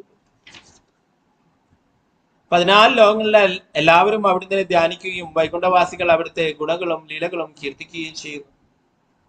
ഐശ്വര്യദേവതയായ ലക്ഷ്മി അവിടുത്തെ മാധുര്യത്താൽ ആകർഷിക്കപ്പെടുന്നു. ശ്രീ രൂപഗോസ്വാമി അത് ഇപ്രകാരം വർണ്ണിച്ചിരിക്കുന്നു. സ്മേരാം ഭംഗീത്രയ പരിചിതാം സാജി വിസ്തീർണ ദൃഷ്ടിം വംശീന്യസ്താദര കിശലയാം ഉജ്ജ്വലം ചന്ദ്രകേണ ഗോവിന്ദാഖ്യം മരുതനും മിത കേശീ തീർത്ഥോപകണ്ഡേ മാ പ്രേഷിഷ്ടാസ്തവയതി സഖേ ബന്ധു സംഗോസ്തിരംഗാഃ.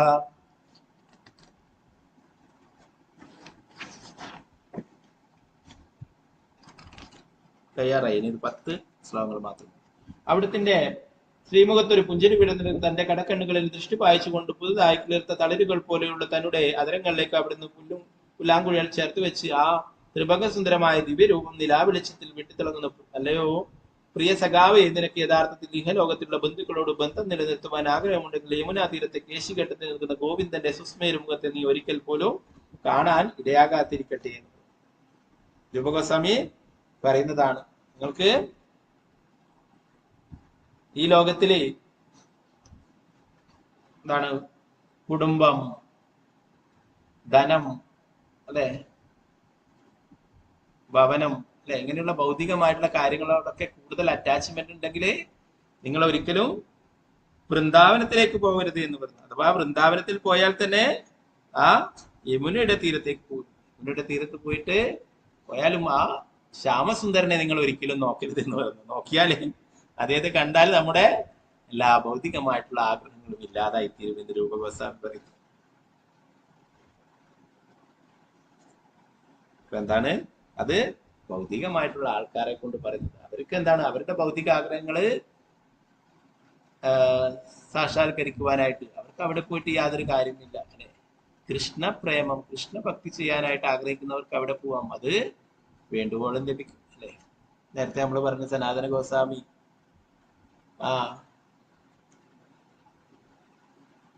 വജ്രം അല്ലെ, അത് ചവറ്റുകുനയിലിടുകയും പിന്നീട് ഒരാള് അത് ആവശ്യപ്പെട്ടു വരികയും അത് നൽകുകയും അല്ലെ, അദ്ദേഹം ഇതിലും അമൂല്യമായിട്ടുള്ള എന്തോ ഉണ്ടെന്ന് കരുതിയിട്ട് വീണ്ടും തിരിച്ചു പോയി ചോദിക്കുകയും അല്ലെ, സനാതന ഗോസ്വാമി ഭഗവാന്റെ തിരുനാമം പറഞ്ഞു കൊടുക്കുകയും ചെയ്തു. അല്ലെ? ഇപ്പോ വൃന്ദാവനം എന്ന് പറയുന്നത് ഈ ഭൗതികമായ കാര്യങ്ങൾക്കും ഭൗതിക നേട്ടങ്ങൾക്കും വേണ്ടിയിട്ടുള്ള സ്ഥലങ്ങളല്ല. നമ്മൾ നേരത്തെ പറഞ്ഞു അല്ലെ, ഭൂമിദേവിയെ എടുത്തുകൊണ്ട് ഭഗവാൻ വിശ്രമിച്ച സ്ഥലമൊക്കെ ഉണ്ടെന്ന് പറഞ്ഞു. അപ്പൊ ഭൂമിയിലുള്ള ഒരു സ്ഥലമല്ല ഇത്, ഭൗമ വൃന്ദാവനമാണ് ഭഗവാൻ ലീലകൾ. അല്ലെ? അപ്പൊ അവിടെ പോകുന്നവർക്ക് ഭൗതിക ആഗ്രഹങ്ങളൊന്നും ഉണ്ടാവരുത്. കൃഷ്ണ ഭക്തി ചെയ്യുവാനായിട്ട്, ഭക്തി സേവനങ്ങൾ ചെയ്യാനായിട്ട് ഏറ്റവും അനുകൂലമായിട്ടുള്ള സ്ഥലമാണ്.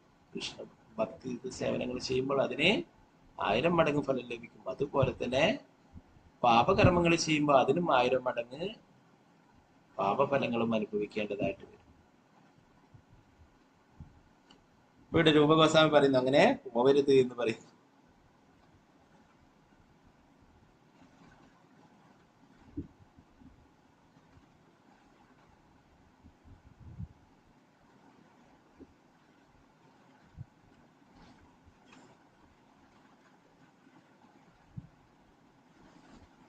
അവിടുന്ന് വ്രജരാജന്റെ പുത്രനാണെന്ന കാര്യത്തിൽ ഒരു സംശയമില്ല. ഒരു വിഡ്ഢി മാത്രമേ അവിടുന്ന് ഒരു പ്രതിമയായി കാണുന്നുള്ളൂ. ആ അപരാധം മൂലം അയാൾക്ക് മോശം നേടാൻ കഴിയില്ല. പകരം അയാൾ അതിഭീകരമായ ഒരു നരകീയ അവസ്ഥയിലേക്ക് പതിക്കും. ഇതിൽ കൂടുതൽ ഞാൻ എന്ത് പറയണം? അതുകൊണ്ട് ശ്രീ ഗോവിന്ദന്റെ ആശ്രയം ഞാൻ ആരാലാണോ നേടുന്നത് അവിടുത്തെ ആ നിത്യാനന്ദ ആ പ്രഭുവിനെ ചരണകമലങ്ങളുടെ കാരുണ്യം വർണ്ണിക്കാൻ ആർക്കാണ് കഴിയുക? വൃന്ദാവനത്തിൽ വസിക്കുന്ന എല്ലാ വൈഷ്ണവ സംഘങ്ങളും കൃഷ്ണന്റെ സർവമംഗളകരമായ നാമം കീർത്തനം ചെയ്യുന്നതിൽ മുഴുകുന്നവരാണ്. യാന്റെ പ്രാണദാന നിത്യാനന്ദ ശ്രീ ചൈതന്യ രാധാകൃഷ്ണ ഭക്തി വിനേ നഹി ജനേ അന്യ. ശ്രീ രാധാകൃഷ്ണന്മാർക്ക് വേണ്ടിയുള്ള ഭക്തിത സേവനമല്ലാത്ത മറ്റൊന്നും അറിവില്ലാത്ത വൈഷ്ണവർക്ക് ചൈതന്യ മഹാപ്രഭു നിത്യാനന്ദ പ്രഭുവാണ് ജീവിത സർവസ്വം. സേ വൈഷ്ണവേരെ പാദരേണു താരപദചയ അതമേരെ ദീല പ്രഭു നിത്യാനന്ദതയ. നിത്യാനന്ദ പ്രഭുവിന്റെ കാരുണ്യത്താൽ വൈഷ്ണവരുടെ പാദധൂളികളും തണലും ഈ പതിതാത്മാവിന് അനുവദിക്കപ്പെട്ടിരിക്കുന്നു. തൻഹ സർവലഭ്യഹായ പ്രഭുരവചന സേ സൂത്രയേ താര കൈല വിവരണ. ഭഗവാൻ നിത്യാനന്ദം പറഞ്ഞു, വൃന്ദാവനത്തിൽ എല്ലാം സാധ്യമാണ്. അവിടുത്തെ ഈ സംക്ഷിപ്തമായ പ്രസ്താവത്തെ ഞാൻ ഇവിടെ വിപുലമായി വിശദീകരിച്ചിരിക്കുന്നു. ശുദ്ധഭക്തന്മാർക്ക് ഭഗവാൻ തന്നെ നേരിട്ട് വന്നിട്ടുണ്ട്. ചിലപ്പോൾ ഭഗവാന്റെ പ്രതിനിധികൾ അവിടെ വന്നിട്ട് പറയും. ശ്രീ പ്രഭുപാദരെ കുടുംബമായിട്ട് ജീവിക്കും. പ്രഭുപാദരെ എടുത്തിട്ട് വന്നിട്ട് അദ്ദേഹത്തിന്റെ ഗുരു ഭക്തി സിദ്ധാന്ത സരസ്വതി ഠാക്കൂർ പ്രഭുപാദ അദ്ദേഹത്തിന്റെ സ്വപ്നത്തിൽ വന്നിട്ട് പറഞ്ഞു, നീ വൃന്ദാവനത്തിലേക്ക് പോവുക, നിനക്ക് ചെയ്യാനായിട്ട് അവിടെ കുറെ കാര്യങ്ങൾ ഉണ്ടെന്ന് പറഞ്ഞു.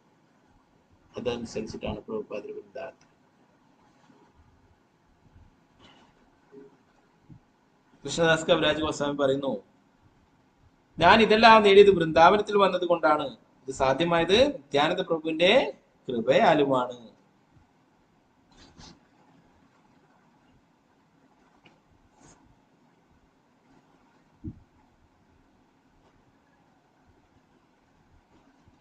ആപനാര കഥലിക്ക് നിർലജ്ജഹയ്യ നിത്യാനന്ദ ഗുണയിലക്കയ ഉന്മത്ത കരിയ. ഞാൻ എന്റെ കഥ യാതൊരു ലജ്ജയുമില്ലാതെ വിവരിച്ചു. ശ്രീ നിത്യാനന്ദന്റെ ഗുണവിശേഷങ്ങൾ എന്നെ ഒരു ഭ്രാന്തനെ പോലെയാക്കവേ ഇക്കാര്യങ്ങളെല്ലാം എഴുതാൻ നിർബന്ധിതനായിരിക്കും. നിത്യാനന്ദ പ്രഭുര ഗുണമഹിമാപാര സഹസ്രവദനെ ശേഷ നാഹി പായയാൻഡ്ര. നിത്യാനന്ദ ഭഗവാന്റെ ഗുണവിശേഷങ്ങൾ അപാര മഹിമയുള്ളതാകുന്നു. അനന്തശേഷന് പോലും അവിടുത്തെ 1000 നാവുകളാൽ അവിടെ പരിധി കണ്ടെത്താനാവില്ല. ശ്രീരൂപരഘുനാഥപദേ ആരാശ കൃഷ്ണ ശ്രീരൂപരഘുനാഥപദേ ആരാശ ചൈതന്യ ചരിതാമൃത കഹേ കൃഷ്ണദാസ. ശ്രീ രൂപ രഘുനാഥ് ദാസ് ഗോസ്വാമിമാരുടെ പദാരവിന്ദങ്ങൾ പ്രാർത്ഥിച്ചുകൊണ്ടും അവരുടെ കാരുണ്യം സദാ അഭിലഷിച്ചുകൊണ്ടും കൃഷ്ണദാസൻ എന്ന ഞാൻ അവരുടെ തൃച്ചേവടികൾ പിന്തുടർന്നുകൊണ്ട് ചൈതന്യ ചരിതാമൃതം വർണ്ണിക്കുന്നു. ശ്രീ ചൈതന്യ ചരിതാമൃതം ആദിലീല ശ്രീ നിത്യാനന്ദ ബലരാമന്റെ മഹാത്മ്യം എന്ന 5-ാം അധ്യായത്തിന്റെ ഭക്തിവേദാന്ത പ്രകാരം സമ്പൂർണ്ണം. नित्यानंद प्रभु की जय। श्री कृष्णदास कविराज गोस्वामी की जय। श्री चैतन्य चरितामृतम की जय। श्री प्रभुपाद जी महाराज जी निताय गौर प्रेमानंदे हरे कृष्ण।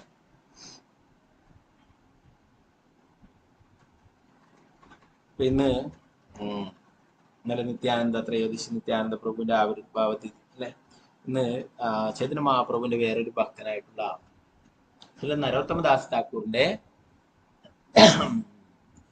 ആവിർഭാവ തിഥിയാണ്. ഭഗവാന് പ്രിയപ്പെട്ട ഭക്തനാണ് നരോത്തമദാസ് ഠാക്കൂർ. അദ്ദേഹം ധാരാളം കീർത്തനങ്ങൾ എഴുതിയിട്ടുണ്ട്. ഒരുപാട് കീർത്തനങ്ങൾ നമ്മൾ ദിവസം അമ്പലങ്ങളിൽ പൂജകൾക്കും മറ്റും ചെയ്യുന്ന ധാരാളം കീർത്തനങ്ങൾ നരോത്തമദാസ് ഠാക്കൂർ എഴുതിയിട്ടുള്ളതാണ്.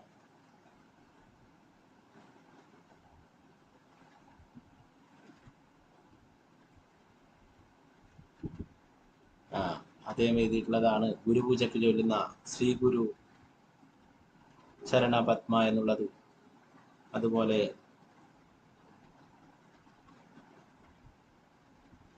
ശ്രീകൃഷ്ണ ചൈതന്യ പ്രഭു ദയാകരമോരോ, ധാരാളം കീർത്തനങ്ങൾ എഴുതിയിട്ടുണ്ട് അദ്ദേഹം.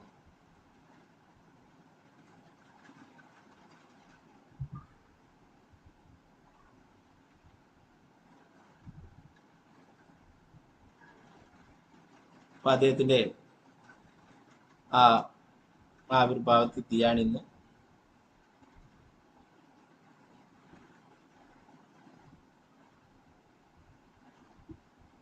അപ്പൊ അദ്ദേഹത്തെ കുറിച്ചുള്ള കുറച്ച് കാര്യങ്ങൾ നമുക്ക് ക്ലാസ് വിളിച്ചെടുക്കാം.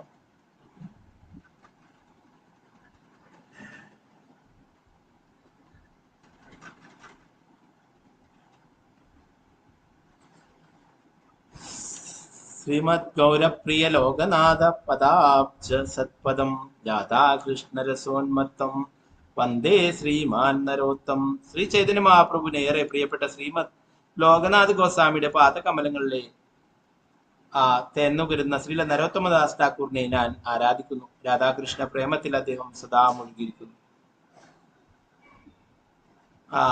ശ്രീ ചൈതന്യ മഹാപ്രഭു അദ്ദേഹത്തിന് കാരുണ്യം നൽകിയിട്ടുള്ള ആ ലീലയെ കുറിച്ചിട്ട് പറയുന്നു. ഒരിക്കൽ ചൈതന്യ മഹാപ്രഭു തന്റെ എല്ലാ സഹചാരികളുമൊത്ത് കിഴക്കൻ ബംഗാളിലെ കേതൂരി സന്ദർശിക്കുകയും പെട്ടെന്ന് ചൈതന്യ മഹാപ്രഭു കരഞ്ഞു തുടങ്ങി, നരോത്തമ നരോത്തമ, എന്റെ പ്രിയപ്പെട്ട നരോത്തമ, നീ എവിടെ? ഭഗവാന്റെ സഹചാരികൾ വളരെ ആശ്ചര്യപ്പെട്ടു. കാരണം അവർക്ക് നരോത്തമൻ എന്ന് വിളിക്കപ്പെടുന്ന ആരെയും അറിയില്ലെന്നും. ആരാണ് നരോത്തമൻ എന്ന് അവർ ചോദിച്ചു. നരോത്തമദാസ് ഠാക്കൂർ എന്ന അപ്പോഴും ജനിച്ചിട്ടില്ല. എങ്കിലും ശ്രീ ചൈതന്യ മഹാപ്രഭു അവിടുന്ന് ഉറക്കെ വിളിക്കുകയുണ്ടായി, നരോത്തമ നരോത്തമ നരോത്തമ, നീ എവിടെയാണ് എന്ന് പറഞ്ഞു. അപ്പോ മറ്റുള്ളവർക്കൊക്കെ എന്താണ്, ശിഷ്യന്മാർക്കൊന്നും അറിയില്ല ആരെയാണ് മഹാപ്രഭു വിളിക്കുന്നത്. അങ്ങനെ ഒരു പേര് പോലും അവര് കേട്ടിട്ടില്ല. ഭഗവാൻ മറുപടി പറഞ്ഞു, ഭാവിയിൽ നരോത്തമൻ വരും. അടുത്ത ദിവസം ചൈതന്യ മഹാപ്രഭു പത്മാ നദിയിൽ കുളിച്ചപ്പോൾ അദ്ദേഹം തന്റെ ദിവ്യ സ്നേഹം നദിക്ക് നൽകി ഭാവിയിൽ നരോത്തമന് നൽകണമെന്ന് നദിയോട് അഭ്യർത്ഥിച്ചു. നരോത്തമനെ എങ്ങനെ തിരിച്ചറിയാനാകുമെന്ന് പത്മാനദി ചോദിച്ചു. ഭഗവാൻ പറഞ്ഞു, നരോത്തമൻ വരുമ്പോൾ നിങ്ങളുടെ ഹൃദയം നിറഞ്ഞ് വെള്ളം കവിഞ്ഞൊഴുങ്ങും, നിങ്ങൾക്ക് പരമാനന്ദം അനുഭവപ്പെടും. ശ്രീ ചൈതന്യ മഹാപ്രഭു അവിടെ കുളിക്കുമ്പോഴേ ആ നദി സന്തോഷം കൊണ്ട് കരകവിഞ്ഞ് ഒഴുകുകയുണ്ടായി. ശ്രീ ചൈതന്യ മഹാപ്രഭു നരോത്തമദാസ് ഠാക്കൂർ അവതരിക്കുന്നതിന് മുന്നേ തന്നെ അദ്ദേഹത്തിനായിട്ട് കൃഷ്ണപ്രേമം അവിടെ പത്മാ നദിയിൽ നൽകുകയുണ്ടായിരുന്നു. എപ്പോഴ് നരോത്തമദാസ് ഠാക്കൂർ ഇവിടെ വന്ന് കുളിക്കുന്നുവോ അപ്പോഴും നീ കൃഷ്ണപ്രേമം നരോത്തമന് നൽകണമെന്ന്. അപ്പോ ആ നദി ചോദിക്കുകയുണ്ടായി, എങ്ങനെ എനിക്ക് തിരിച്ചറിയുമെന്ന് ചോദിച്ചപ്പോൾ എന്താ പറഞ്ഞത്, ഇതുപോലെ നീ സന്തോഷം കൊണ്ട് കര കവിഞ്ഞ് ഒഴുകും നരോത്തമൻ വന്ന് കുളിക്കുമ്പോഴെന്ന്. കുറച്ച് വർഷങ്ങൾക്ക് ശേഷം നരോത്തമദാസ് ഠാക്കൂർ കേതൂരിയിൽ ഒരു പൗർണമി ദിനത്തിൽ ജനിച്ചു. അദ്ദേഹത്തിന്റെ പിതാവ് കൃഷ്ണാനന്ദ ദത്ത കായസ്ഥ ശൂദ്രവർഗത്തിലെ അതിസമ്പന്നനായ ഒരു രാജാവായിരുന്നു. കുട്ടിക്കാലത്ത് ആകർഷകമായ സവിശേഷതകളും കറുത്ത നിറവുമായിരുന്നു ചൈതന്യ മഹാപ്രഭുവിന്റെ അധ്യാപകരിൽ നിന്നും നിരവധി ലീലകൾ കേട്ട് അദ്ദേഹം മഹാപ്രഭുവിന്റെ ഭക്തനായി. ഒരു ദിവസം അദ്ദേഹം കൊട്ടാരം വിട്ട് പത്മാനദിയിൽ കുളിക്കാൻ പോയി. വളരെ നേരം കഴിഞ്ഞ് കാണാതായപ്പോൾ അദ്ദേഹത്തിന്റെ കുടുംബം വിഷമിച്ചു. നരോത്തമ എവിടെ? അവർ എല്ലായിടത്തും തിരഞ്ഞു, പക്ഷെ കണ്ടെത്താനായില്ല. ഒടുവിൽ നദീതീരത്ത് അവർ സ്വർണ്ണ നിറമുള്ള ബാലൻ ഉന്മത്തനായി കരഞ്ഞു നൃത്തം ചെയ്യുന്നവർ കണ്ടു. അവനെ സമീപിച്ചപ്പോൾ അവൻ യഥാർത്ഥത്തിൽ നരോത്തമനാണെന്ന് അവർക്ക് മനസ്സിലായി. നരോത്തമൻ പത്മാനദിയിൽ കുളിച്ചപ്പോൾ ചൈതന്യ മഹാപ്രഭു അവിടെ ഏൽപ്പിച്ചു പോയ കൃഷ്ണപ്രേമം, ഭഗവത് സ്നേഹം അദ്ദേഹത്തിന് നൽകി. തൽഫലമായി അദ്ദേഹത്തിന്റെ നിറം കറുപ്പിൽ നിന്നും ഭഗവാന്റെ നിറത്തോട് സാമ്യമുള്ള സ്വർണ്ണ നിറത്തിലേക്ക്. നരോത്തമദാസ് ഠാക്കൂർ ഒരിക്കൽ വീടൊക്കെ വിട്ടിട്ട് പത്മാനദിയിൽ കുളിക്കാൻ പോയപ്പോൾ അവിടെ കുളിച്ചു കഴിഞ്ഞതിന് ശേഷം അദ്ദേഹത്തിന്റെ ആ കറുത്ത നിറം മാറിയിട്ട് ഗോൾഡൻ കളറായി, സ്വർണ്ണ നിറമായി. ശ്രീ ചൈതന്യ മഹാപ്രഭുവിന്റെ പോലുണ്ടായി. ഇതറിയാത്ത അദ്ദേഹത്തിന്റെ മാതാപിതാക്കൾ തങ്ങളുടെ മകൻ ഭ്രാന്തനായി എന്ന് കരുതി. ഒരു ശുദ്ധ ഭഗവത് ഭക്തന്റെ ഇങ്ങനെയുള്ള പെരുമാറ്റം സ്വാഭാവികമാണെന്ന് അവർക്കറിയില്ല. ഒടുവിൽ നരോത്തമ ശാന്തനായപ്പോൾ വീട്ടിലേക്ക് കൊണ്ടുപോയി. പക്ഷെ അന്നു മുതൽ അദ്ദേഹത്തിന്റെ ചിന്ത വൃന്ദാവനത്തിലേക്ക് പോകുന്നതിനെ കുറിച്ച് മാത്രമായിരുന്നു. അദ്ദേഹത്തിന്റെ മാതാപിതാക്കൾക്ക് അവരുടെ മകനെ കുറിച്ച് വലിയ പദ്ധതികൾ ഉണ്ടായിരുന്നു. പിതാവിന് ശേഷം അവർ രാജാവാകണം, അതിനാൽ അവനെ കൊട്ടാരത്തിൽ നിർത്താൻ അവർ ആവുന്നതെല്ലാം ചെയ്തു. പക്ഷെ നരോത്തമൻ തന്റെ മനസ്സ് മാറ്റിയില്ല. അവൻ സമ്പത്തിനെയോ ലൗകിക സുഖങ്ങളെയോ പരിഗണിച്ചില്ല. ആദ്യ അവസരത്തിൽ തന്നെ അദ്ദേഹം ഓടിപ്പോയി. ഒരു രാജാവിന്റെ മകനാണെങ്കിലും അദ്ദേഹം വൃന്ദാവനത്തിലേക്കുള്ള വഴി മുഴുവൻ നഗ്നപാതനായി ഓടി. വൃന്ദാവനത്തിലെത്തിയതിനെ കുറിച്ച് പറഞ്ഞു. പുണ്യധാമമായ വൃന്ദാവനത്തിലെത്തിയ നരോത്തമൻ മഹാഭക്തനായിരുന്ന ലോകനാഥ് ഗോസ്വാമിയോട് വളരെ അടുപ്പമുണ്ടായി. അദ്ദേഹത്തെ തന്റെ ഗുരുവായി ലഭിക്കുവാൻ ആഗ്രഹിക്കുകയും ചെയ്തു. ലോകനാഥ് ഗോസ്വാമി ചൈതന്യ മഹാപ്രഭുവിന്റെ നേരിട്ടുള്ള സഹചാരിയായിരുന്നു.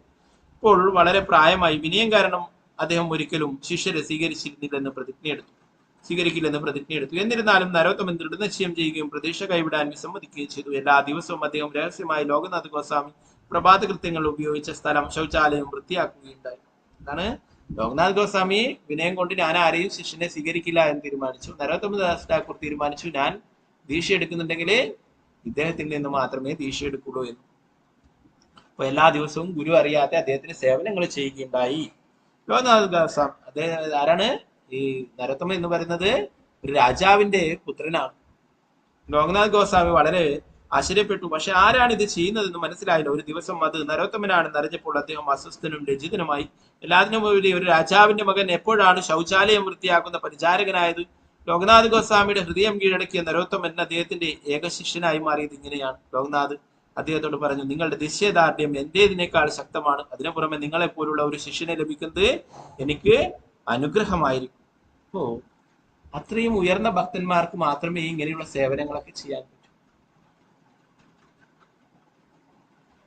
പല സേവനങ്ങളും നമുക്ക് ചെയ്യാം. ക്ലാസ് എടുക്കാം, മറ്റുള്ള പലതും വീഡിയോന്റെ മുമ്പിലൊക്കെ നിന്നിട്ട് പല സേവനങ്ങളൊക്കെ ചെയ്യും. എന്നാൽ ആരും കാണാതെ സേവനങ്ങൾ ചെയ്യും. നമ്മുടെ അമ്പലത്തിൽ തന്നെ ധാരാളം സേവനങ്ങളുണ്ട്. അതൊന്നും പുറം ലോകം കാണില്ല, വീഡിയോയിലോ ഒന്നും കാണില്ല. അങ്ങനെയുള്ള കുറെ സേവനങ്ങൾ. അപ്പോ അങ്ങനെയുള്ള സേവനങ്ങൾ ചെയ്യുന്നവർക്കാണ് ഭഗവാന്റെ കാരുണ്യം കൂടുതൽ കിട്ടും. മറ്റുള്ളവർക്കൊക്കെ ജനങ്ങളുടെയൊക്കെ അംഗീകാരം കിട്ടും. അവൻ പൂജാരിയാണ്, അവൻ അവിടുത്തെ വലിയ ആളാണ്, വലിയ ആള്. എന്നാൽ ആരാണോ സിൻസിയർ ആയിട്ട് സേവനങ്ങൾ ചെയ്യുന്നത് അവർക്കാണ് കൂടുതൽ ഭഗവാന്റെ കാരുണ്യം.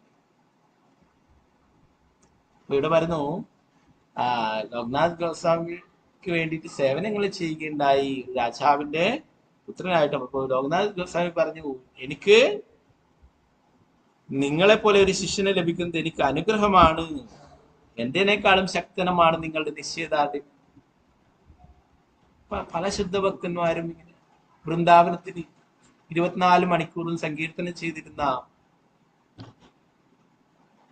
ഹൈദർദാസ് പ്രഭുജി, അദ്ദേഹം അവിടെ രാവിലെ തന്നെ എഴുന്നേറ്റിട്ട് അവിടെയുള്ള എല്ലാ ബാത്റൂമുകളും കഴുകി വൃത്തിയാക്കിയിട്ടാണ് പിന്നീടാണ് ആ കീർത്തനത്തിനും മറ്റുമൊക്കെ വരിക എന്ന് പറഞ്ഞു കേട്ടിട്ടുണ്ട്.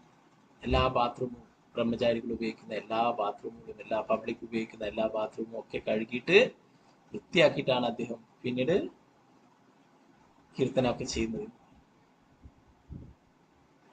അതുപോലെ ഭഗവാന്റെ ശുദ്ധഭക്തന്മാരാണ്. ശ്രീല പ്രഭുപാദ് എന്താ പറയാ, കൃഷ്ണാബോധം പ്രചരിപ്പിക്കുവാനായിട്ട് ധനമൊന്നും ഇല്ലാത്ത സമയത്ത് വലിയ പെയിന്റ് കമ്പനിയുടെ, അമേരിക്കയിലെ വലിയ പെയിന്റ് കമ്പനിയുടെ കുടുംബത്തിൽ ജനിച്ചിട്ടുള്ളതാണ്, അവരുടെ കൊച്ചുമകനായിട്ട് ജനിച്ചിട്ടുള്ളതാണ് നമ്മുടെ ഗുരു മഹാരാജൊക്കെ. അപ്പൊ അവർ ആ കുടുംബത്തിലുള്ള ഇപ്പോഴും ആ കമ്പനിയൊക്കെ. അപ്പോ എന്നിട്ട് പോലും ശ്രീല പ്രഭുപാദർക്ക് വേണ്ടിയിട്ട് അദ്ദേഹം ഹോട്ടലിലൊക്കെ സാധാ നിലം തുടക്കുന്ന ആ ജോലിയൊക്കെ ചെയ്യുക. നിലം തുടക്കുമ്പോഴും കൃഷ്ണാബോധത്തിലായിരുന്നു. ആ കീർത്തനൊക്കെ മനസ്സിൽ ചൊല്ലിക്കൊണ്ട് സന്തോഷത്തോടെ ആ സേവനം ചെയ്തു. എന്താണ്? ഇതും ഭക്തി സേവനം തന്നെ. ഭഗവാന്റെ സന്ദേശങ്ങൾ പ്രചരിപ്പിക്കുവാനായിട്ട്, തന്റെ ഗുരുവിനെ സഹായിക്കാനായിട്ട്.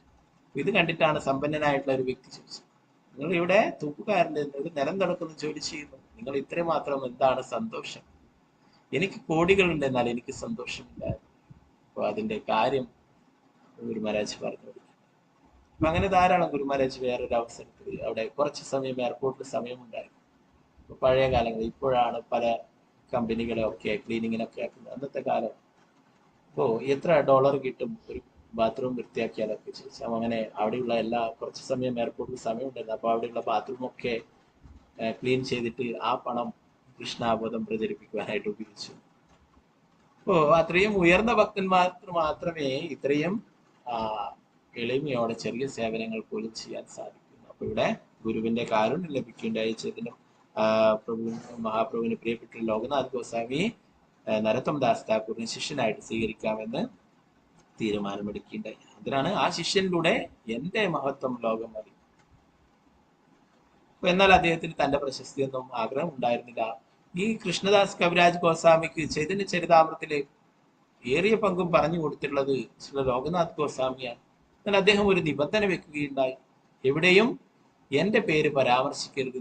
ഇതിൽ ധാരാളം പേരുകൾ പരാമർശിക്കുന്നുണ്ട് അല്ലെ, ഗോസ്വാമിമാരുടെയും മറ്റുള്ളവരുടെ ഒക്കെ, മറ്റുള്ള ഭക്തന്മാർ. എന്നാൽ ഇവിടെ ലോകനാഥ് ഗോസ്വാമിയുടെ പേര് എവിടെയും കാണില്ല. അദ്ദേഹം പറഞ്ഞു, എന്നെ ഒരു രീതിയിലും ഇതിൽ പരാമർശിക്കരുത്, എന്റെ പേരോ എന്റെ പ്രശസ്തിയോ ഒന്നും എനിക്ക് ആവശ്യമില്ല, ആരും അത് അറിയേണ്ടതായിട്ടില്ല. അതുകൊണ്ട് ഈ കാര്യങ്ങളൊന്നും നീ ചൈതന്യ ചരിതാമൃതത്തിൽ ഒരിക്കലും വിവരിക്കരുത് എന്ന് പറയും. അങ്ങനെ ചെയ്യുകയാണെങ്കിൽ ഞാൻ ആത്മഹത്യ ചെയ്യും എന്ന് പറയും.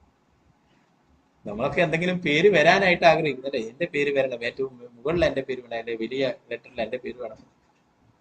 അപ്പൊ അദ്ദേഹം എന്താ പറഞ്ഞത്, ഞാൻ ഇതൊക്കെ പറഞ്ഞു തരാം, എന്നാൽ നീ ഒരിക്കലും ഈ ഗ്രന്ഥത്തിൽ എന്റെ പേര് ഉൾപ്പെടുത്തരുത്. അതാണ് ശുദ്ധഭക്തൻ. ചൈതന്യ മഹാപ്രഭു അതാണ് പറഞ്ഞത്. ധനം ന ജനം ന സുന്ദരി കവിതാംബാം ജഗതി ശതാമേ മമ ജന്മനി ജന്മം. ഇതാണ് പേര്, പ്രശസ്തി, ധനം, സുന്ദരികളായിട്ടുള്ള സ്ത്രീകൾ അല്ലെ, ഇതിൽ നിന്നും അറ്റാച്ച്മെന്റ് പാടില്ല. ഇപ്പൊ പ്രശസ്തിയും കുറെ അനുയായികൾ വേണം, ഇതൊന്നും ഒരു ശരിയായ രീതിയല്ല. അപ്പൊ അദ്ദേഹം ഒരിക്കലും ആഗ്രഹിച്ചില്ല തന്റെ പേര് എല്ലാവരും അറിയപ്പെടണം. ഗുരുവിന്റെ ആജ്ഞയെ തുടർന്ന് നരോത്തമൻ, ശ്രീനിവാസ ആചാര്യൻ, ശ്യാമാനന്ദ പണ്ഡിതൻ എന്നിവരുമായി ചേർന്ന് ജീവഗോസ്വാമിയുടെ കീഴിൽ പഠിച്ചു. മുമ്പ് വിവരിച്ചതുപോലെ വൃന്ദാവനത്തിലെ ഗോസ്വാമികൾ എഴുതിയ എല്ലാ പുസ്തകങ്ങളും ബംഗാളിലേക്ക് കൊണ്ടുപോകാൻ ഈ 3 ബുദ്ധിമാന്മാരായ വിദ്യാർത്ഥികളോട് ജീവഗോസ്വാമി ഉത്തരവിട്ടു. ജീവഗോസ്വാമിയുടെ കീഴിൽ കൃഷ്ണാബോധം പ്രചരിപ്പിച്ചിട്ടുള്ള 3 വ്യക്തികളാണ് ഇവർ: നരോത്തമദാസ് ഠാക്കൂർ, ശ്രീനിവാസാചാര്യ, ശ്യാമാനന്ദ പണ്ഡിറ്റ്. ഇവരാണ് ഗോസ്വാമിമാർക്ക് ശേഷം കൃഷ്ണാബോധം മറ്റുള്ള സ്ഥലങ്ങളിലൊക്കെ ഒറീസയിലും മറ്റുള്ള സ്ഥലങ്ങളിലൊക്കെ പ്രചരിപ്പിച്ചിട്ടുള്ളത്.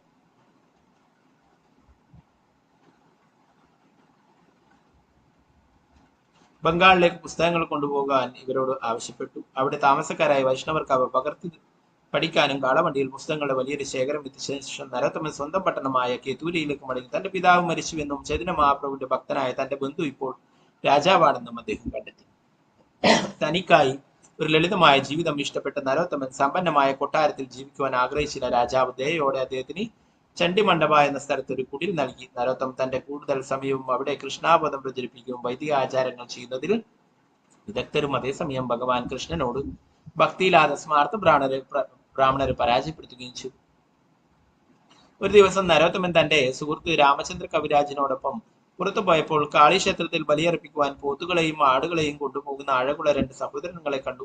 നരോത്തമൻ രാമചന്ദ്രനോട് പറഞ്ഞു, ഈ 2 യുവാക്കൾ മൃഗബലിയുടെ പാപത്തിൽ ഏർപ്പെട്ടിരിക്കുകയാണ്. അവർ ചൈതന്യ മഹാപ്രഭുവിന്റെ ഭക്തരായി തീർന്നാൽ നന്നായിരുന്നു. നരോത്തമൻ രാമചന്ദ്രനും ഒരു പദ്ധതി തയ്യാറാക്കി. അവർ യുവാക്കൾക്ക് മുന്നിൽ നടന്നു.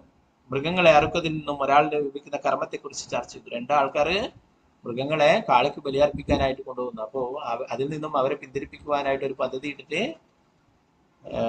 നരോത്തം ദാസ് ഠാക്കൂറും അദ്ദേഹത്തിന്റെ സുഹൃത്തായിട്ടുള്ള രാമചന്ദ്ര കവിരാജും കൂടിയിട്ട് മുന്നേ നടന്നുകൊണ്ട് ഇങ്ങനെ സംസാരിക്കുകയുണ്ടായി. അതെ, നരോത്തം പറഞ്ഞു, പുണ്യഫലങ്ങൾ ലഭിക്കുന്നതിന് പകരം പാപഫലങ്ങൾ ലഭിക്കുന്നു. അതിനാൽ ഒരാൾക്ക് ജീവിതാനന്തരം ജീവിതം തിക്തഫലങ്ങൾ അനുഭവിക്കേണ്ടി വരും. സഹോദരന്മാർ എല്ലാം കേട്ടു. അവർ വലിയ പാപം ചെയ്തതായി തിരിച്ചറിഞ്ഞു. ഇതാണ് കാളിക്ക് നല്ല ഉദ്ദേശത്തോടെയാണ് ബലി കൊടുക്കാനായിട്ട് കൊണ്ടുപോകുന്നത് അല്ലെ, എന്നാൽ അവർ പാപമാണ് ചെയ്യുന്നത് എന്ന് പറഞ്ഞു. പേടിച്ചറിന്റെ യുവാക്കൾ രണ്ടുപേരും നരോത്തമന്റെയും രാമചന്ദ്രന്റെയും പാദകമലങ്ങളിൽ വീണു. പാപപ്രതികരണങ്ങളിൽ നിന്ന് എങ്ങനെ മോചിതരാകണമെന്ന് പറഞ്ഞു തരാൻ അപേക്ഷിച്ചു. നരോത്തം പറഞ്ഞു, വിഷമിക്കേണ്ട, ആ ചൈതന്യ മഹാപ്രഭുവിന്റെ കാരുണ്യത്താൽ എല്ലാം ശരിയാകും. ഞങ്ങളെ പിന്തുടരുക. മൃഗങ്ങളെ അയച്ചുവിട്ടതിന് ശേഷം അവർ തങ്ങളുടെ പുതിയ അധ്യാപകരോടൊപ്പം പോയി ആത്മീയ മൂല്യങ്ങൾ പഠിച്ചു. യുവാക്കളിൽ ഒരാൾ നരോത്തമിൽ നിന്നും മറ്റേയാൾ രാമചന്ദ്ര കവിരാജിൽ നിന്നും ദീക്ഷ സ്വീകരിച്ചു. ആ രണ്ട് ആൺകുട്ടികളുടെ പിതാവ് ശക്തനായ ഒരു ഭൂവുടമയും ഒരു സ്മാർത്ഥ ബ്രാഹ്മണനുമായിരുന്നു. തന്റെ ആൺമക്കൾ വീട്ടിൽ തിരിച്ചെത്താതപ്പോൾ വളരെ ഉത്കണ്ഠാകുലനായി സമഗ്ര തിരച്ചിലിന്റെയും ഒടുവിൽ അവരെ നരോത്തമദാസ് ഠാക്കൂറിന്റെ വീട്ടിൽ കണ്ടെത്തി. അവർ ദീക്ഷ സ്വീകരിച്ചതായി അറിഞ്ഞപ്പോൾ ബ്രാഹ്മണൻ വളരെ ദേഷ്യപ്പെട്ടു. താഴ്ന്ന ശൂദ്രവർഗത്തിൽ നിന്നുള്ള നരോത്തമനെ ഉന്നത ജാതിയുള്ള ബ്രാഹ്മണപുത്രന്മാർക്ക് ദീക്ഷ നൽകാൻ അവകാശമില്ലെന്ന് അദ്ദേഹം പറഞ്ഞു. ആൺകുട്ടികൾ ഒരാൾ വിശദീകരിച്ചു, ഒരു വ്യക്തിയെ ബ്രാഹ്മണനോ ശൂദ്രനോ ആയി വിലയിരുത്തേണ്ടത് അവന്റെ ഗുണങ്ങളും പ്രവർത്തനവും അനുസരിച്ചാണ്, അല്ലാതെ അവന്റെ ജന്മത്തിനനുസരിച്ചല്ല. അവർ തങ്ങളുടെ പിതാവിനോട് പറഞ്ഞു, താൻ ആത്മാവാണെന്നും പരമദിവ്യത്വ പുരുഷനായ കൃഷ്ണന്റെ ശാശ്വത സേവകനാണെന്നും അറിയുന്ന ഒരു വ്യക്തി വിവിധ വിഭാഗങ്ങളിൽപ്പെട്ട മനുഷ്യരെക്കാൾ ഉന്നതനാണെന്നും അതിനാൽ എല്ലാവർക്കും ദീക്ഷ നൽകാൻ അവകാശമുണ്ട് എന്നും. വൈഷ്ണവ തത്വചിന്തയെ കുറിച്ച് തങ്ങളുടെ ഗുരുക്കളിൽ നിന്നും പഠിച്ചതിന്റെ ഫലത്തിൽ ആൺകുട്ടികൾ പിതാവിന്റെ വാദങ്ങളെ പരാജയപ്പെടുത്തി. അവരുടെ പിതാവ് വളരെ പഠിച്ചയാളാണെങ്കിലും ഒരു ദുരഭിമാനിയായിരുന്ന അയാൾ തോൽവി അംഗീകരിക്കുവാൻ തയ്യാറായില്ല. അതിനാൽ അദ്ദേഹം പട്ടണത്തിലെ ഏറ്റവും വലിയ പണ്ഡിതനായ ഗംഗാനാരായണ ചക്രവർത്തിയായ യുവാക്കൾക്ക് സമീപം അയച്ചു. തങ്ങളുടെ ആത്മീയ ഗുരുക്കളെ ഉപേക്ഷിക്കുവാനായി ആൺകുട്ടികളെ ഗംഗാനാരായണ ചക്രവർത്തി ശ്രമിച്ചു. അദ്ദേഹം പറഞ്ഞു, ബ്രാഹ്മണർ എന്ന നിലയിൽ നിങ്ങൾക്കൊരു ശൂദ്രനിൽ നിന്നും ദീക്ഷ സ്വീകരിക്കുവാൻ കഴിയില്ല. രണ്ട് ആൺകുട്ടികളും ക്ഷമയോടെ ശ്രദ്ധിച്ചു. പണ്ഡിതന്റെ വാദങ്ങൾ പൂർത്തിയാക്കിയപ്പോൾ അവരിൽ ഒരാൾ പറഞ്ഞു, ബ്രാഹ്മണൻ ശൂദ്രൻ എന്നതെല്ലാം ശരീരത്തോടുള്ള ബന്ധത്തിൽ മാത്രമാണ്. ആത്മാവിന്റെ യഥാർത്ഥ സ്വരൂപവും ധർമ്മവും പരമദിവ്യത്വ പുരുഷനായ കൃഷ്ണന് സ്നേഹപൂർവമായ സേവനം ചെയ്യുക എന്നതാണ്. ഇതാണ് സനാതന ധർമ്മം, ശാശ്വത ധർമ്മം. ഇത് മനുഷ്യ ജീവിതത്തെ ഉദ്ദേശിച്ചുള്ളതാണ്. വർണ്ണസമ്പ്രദായം സമൂഹത്തെ ചിട്ടപ്പെടുത്തുവാനും അത് ആത്മീയ പ്രാരംഭവുമായി യാതൊരു ബന്ധവുമില്ലാത്തതാണ്.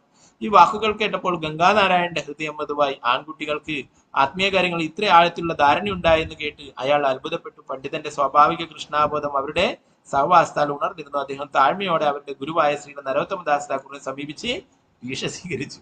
അപ്പോ ഈ കുട്ടികളെ മാറ്റാൻ അയച്ചിട്ടുള്ള ആളും പണ്ഡിതനും എന്താ സംഭവിച്ചേ, ഗംഗാനാരായണ ചക്രവർത്തിയും അദ്ദേഹവും നരോത്തമദാസ് ഠാക്കൂറിന്റെ ശിഷ്യനായിട്ടും മാറിയിട്ടുണ്ട്. അസൂയുള്ള ആ പിതാവിനെ കുറിച്ച് വീണ്ടും പറയും, ജില്ലയിലെ ഏറ്റവും വലിയ പണ്ഡിതനായ ഗംഗാനാരായണ ചക്രവർത്തി നരോത്തമനിൽ നിന്നും ദീക്ഷ സ്വീകരിച്ചെന്ന് ആൺകുട്ടികളുടെ പിതാവ് കേട്ടപ്പോൾ കോപാകുലനായി. നരോത്തം ചില മാന്ത്രിക വിദ്യകൾ ചെയ്തുവെന്നും തന്റെ ശിഷ്യന്മാരെ വശീകൃതമാക്കിയെന്നും അയാൾക്ക് ഉറപ്പുണ്ടായിരുന്നു. നരോത്തമിന്റെ പിതാവ് പ്രാദേശിക ഭരണാധികാരിയാണെങ്കിലും അദ്ദേഹം കൂടുതൽ ശക്തനായ രാജസിംഹ എന്ന രാജാവിന് കീഴിലാണ്. കുട്ടികളുടെ പിതാവ് അദ്ദേഹത്തെ സന്ദർശിക്കുവാൻ തീരുമാനിച്ചു. രാജാവിന്റെ കൊട്ടാരത്തിൽ സ്വകാര്യതയിൽ അദ്ദേഹം പ്രഖ്യാപിച്ചു, നരോത്തമൻ വളരെ ധിക്കാരിയാണ്. അവൻ ശൂദ്രനാണെങ്കിലും ബ്രാഹ്മണർക്ക് ദീക്ഷ നൽകുന്നു, ധൈര്യപ്പെടുന്നു. ഈ നരോത്തമൻ കാളിയുടെ പ്രതീതിയാണെന്ന് അദ്ദേഹം രാജാവിനോട് പറഞ്ഞു. രാജസിംഹ ഈ വിഷയം വളരെ ഗൗരവമായി ഏറ്റെടുക്കുകയും ഭാരതത്തിലെമ്പാടുമുള്ള ഏറ്റവും പ്രഗത്ഭനായ പണ്ഡിതനായ രൂപനാരായണനെ വിളിച്ചു വരുത്തി അറിവിന്റെയും പഠനത്തിന്റെയും യുദ്ധത്തിൽ നരോത്തമനെ തോൽപ്പിക്കുക എന്ന ഉദ്ദേശത്തോടെ അദ്ദേഹം ബീഹാറിലെ മിഥിലയിൽ നിന്നും വന്നത്. രാജാവിന്റെയും പണ്ഡിതന്റെയും നേതൃത്വത്തിലുള്ള സംഘം പോകുന്നുവെന്ന് കേട്ടപ്പോൾ ഗംഗാനാരായണനും രാമചന്ദ്രനും വ്യാകുലരായി. ഈ ആളുകൾ വളരെ ഞങ്ങളുടെ ആത്മീയ ഗുരുവിനെ ശല്യപ്പെടുത്തുവാൻ മാത്രമാണ് വരുന്നത് അവർ വിചാരിച്ചു. സംഘം കടന്നു പോകുമെന്ന് അവർക്കറിയാവുന്ന ചെറിയ ഗ്രാമത്തിലെ ഒരു സ്ഥലത്ത് രണ്ട് കടകൾ നിർമ്മിച്ച് അവരെ തടയാൻ പദ്ധതി. ഒരു കടയിൽ ഗംഗാനാരായണൻ മൺപാത്രങ്ങൾ വിറ്റു, മറ്റതിൽ രാമചന്ദ്രൻ വെറ്റിലയും അടക്കിയും. അപ്പൊ ഇവരെ ഗുരുവിന്റെ അടുക്ക് എത്താനാകാതിരിക്കാനായിട്ട് ഇവര് പദ്ധതി ഇട്ടിട്ട് അവർ രണ്ട് ചെറിയ കടകൾ തുടങ്ങിയിട്ട് അവരിനി അവരുടെ പാണ്ഡിത്യം സംസാരിക്കുന്നു അല്ലെ. ഒരു കവലയിൽ കച്ചവടം ചെയ്യുന്ന ആളൊക്കെ ഇത്ര പണ്ഡിതനാണെങ്കിൽ ഇവരുടെ ഗുരു ആരായിരിക്കും എന്ന് അവർക്കൊരു ധാരണ ഉണ്ടാക്കാൻ വേണ്ടിയിട്ടായിരുന്നു.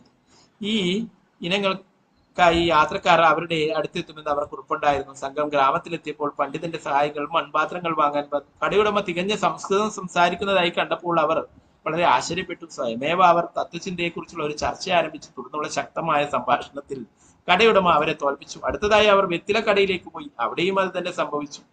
സംസ്കൃതം സംസാരിക്കുന്ന കടയുടമകൾ തന്റെ സഹായികളെ പരാജയപ്പെടുത്തിയെന്ന് പണ്ഡിതൻ കേട്ടപ്പോൾ കൗതുകമായി. ആരാണ് ഈ ആളുകൾ? അവൻ വിചാരിച്ചു. കടയുടമകളുമായി തന്നെ ചർച്ച ചെയ്യാൻ അദ്ദേഹം തീരുമാനിച്ചു. തന്റെ സഹായികളെ പോലെ അവനും പരാജയപ്പെട്ടു. ഇതിലെല്ലാം സാക്ഷിയായ രാജസിംഹ ചിന്തിച്ചു, തികഞ്ഞ സംസ്കൃതം സംസാരിക്കുകയും ഭാരതത്തിലെ ഏറ്റവും വലിയ പണ്ഡിതന്മാരെ പരാജയപ്പെടുത്തുകയും ചെയ്യുന്ന ഈ കടയുടമകൾ ആരാണ്? വളരെ ബഹുമാനത്തോടെ അദ്ദേഹം ഓരോ കടയുടമയോടും ചോദിച്ചു, ശ്രീമാൻ, നിങ്ങളുടെ അറിവ് ഇവിടെ നിന്ന് ലഭിച്ചു. ഓരോ കടയുടമയും മറുപടി പറഞ്ഞു, രാജാവേ, ഞങ്ങളുടെ അറിവ് നമ്മുടെ ആത്മീയ ഗുരുവിന്റെ കാരുണ്യം കൊണ്ടാണ്. അത് ആരാണ്? രാജാവ് ചോദിച്ചു. ശ്രീ നരോത്തമദാസ് താക്കൂർ എന്നായിരുന്നു മറുപടി. രാജാവ് പണ്ഡിതന്റെ നേരെ തിരിച്ചു പറഞ്ഞു, നരോത്തമദാസ് താക്കൂറിന്റെ ഈ 2 വിദ്യാർത്ഥികൾ നിങ്ങളെ ഇതിനകം തോൽപ്പിച്ചു. നിങ്ങൾ അവനെ നേരിൽ കണ്ടാൽ എന്ത് സംഭവിക്കും? ഒരു വൈഷ്ണവന്റെ പാദകമലങ്ങളിൽ താൻ ഗുരുതരമായ കുറ്റം ചെയ്തിട്ടുണ്ടെന്ന് മഹാനായ പണ്ഡിതൻ മനസ്സിലാക്കി. എല്ലാ വിനയത്തോടും കൂടി അദ്ദേഹം രാജസിംഗിയും നരോത്തമദാസ് താക്കൂറിന്റെയും അടുത്തുപോയി പ്രണാമങ്ങൾ അർപ്പിച്ചു കൃഷ്ണാബോധത്തിലേക്ക് ദീക്ഷ സ്വീകരിച്ചു. എന്താണ്?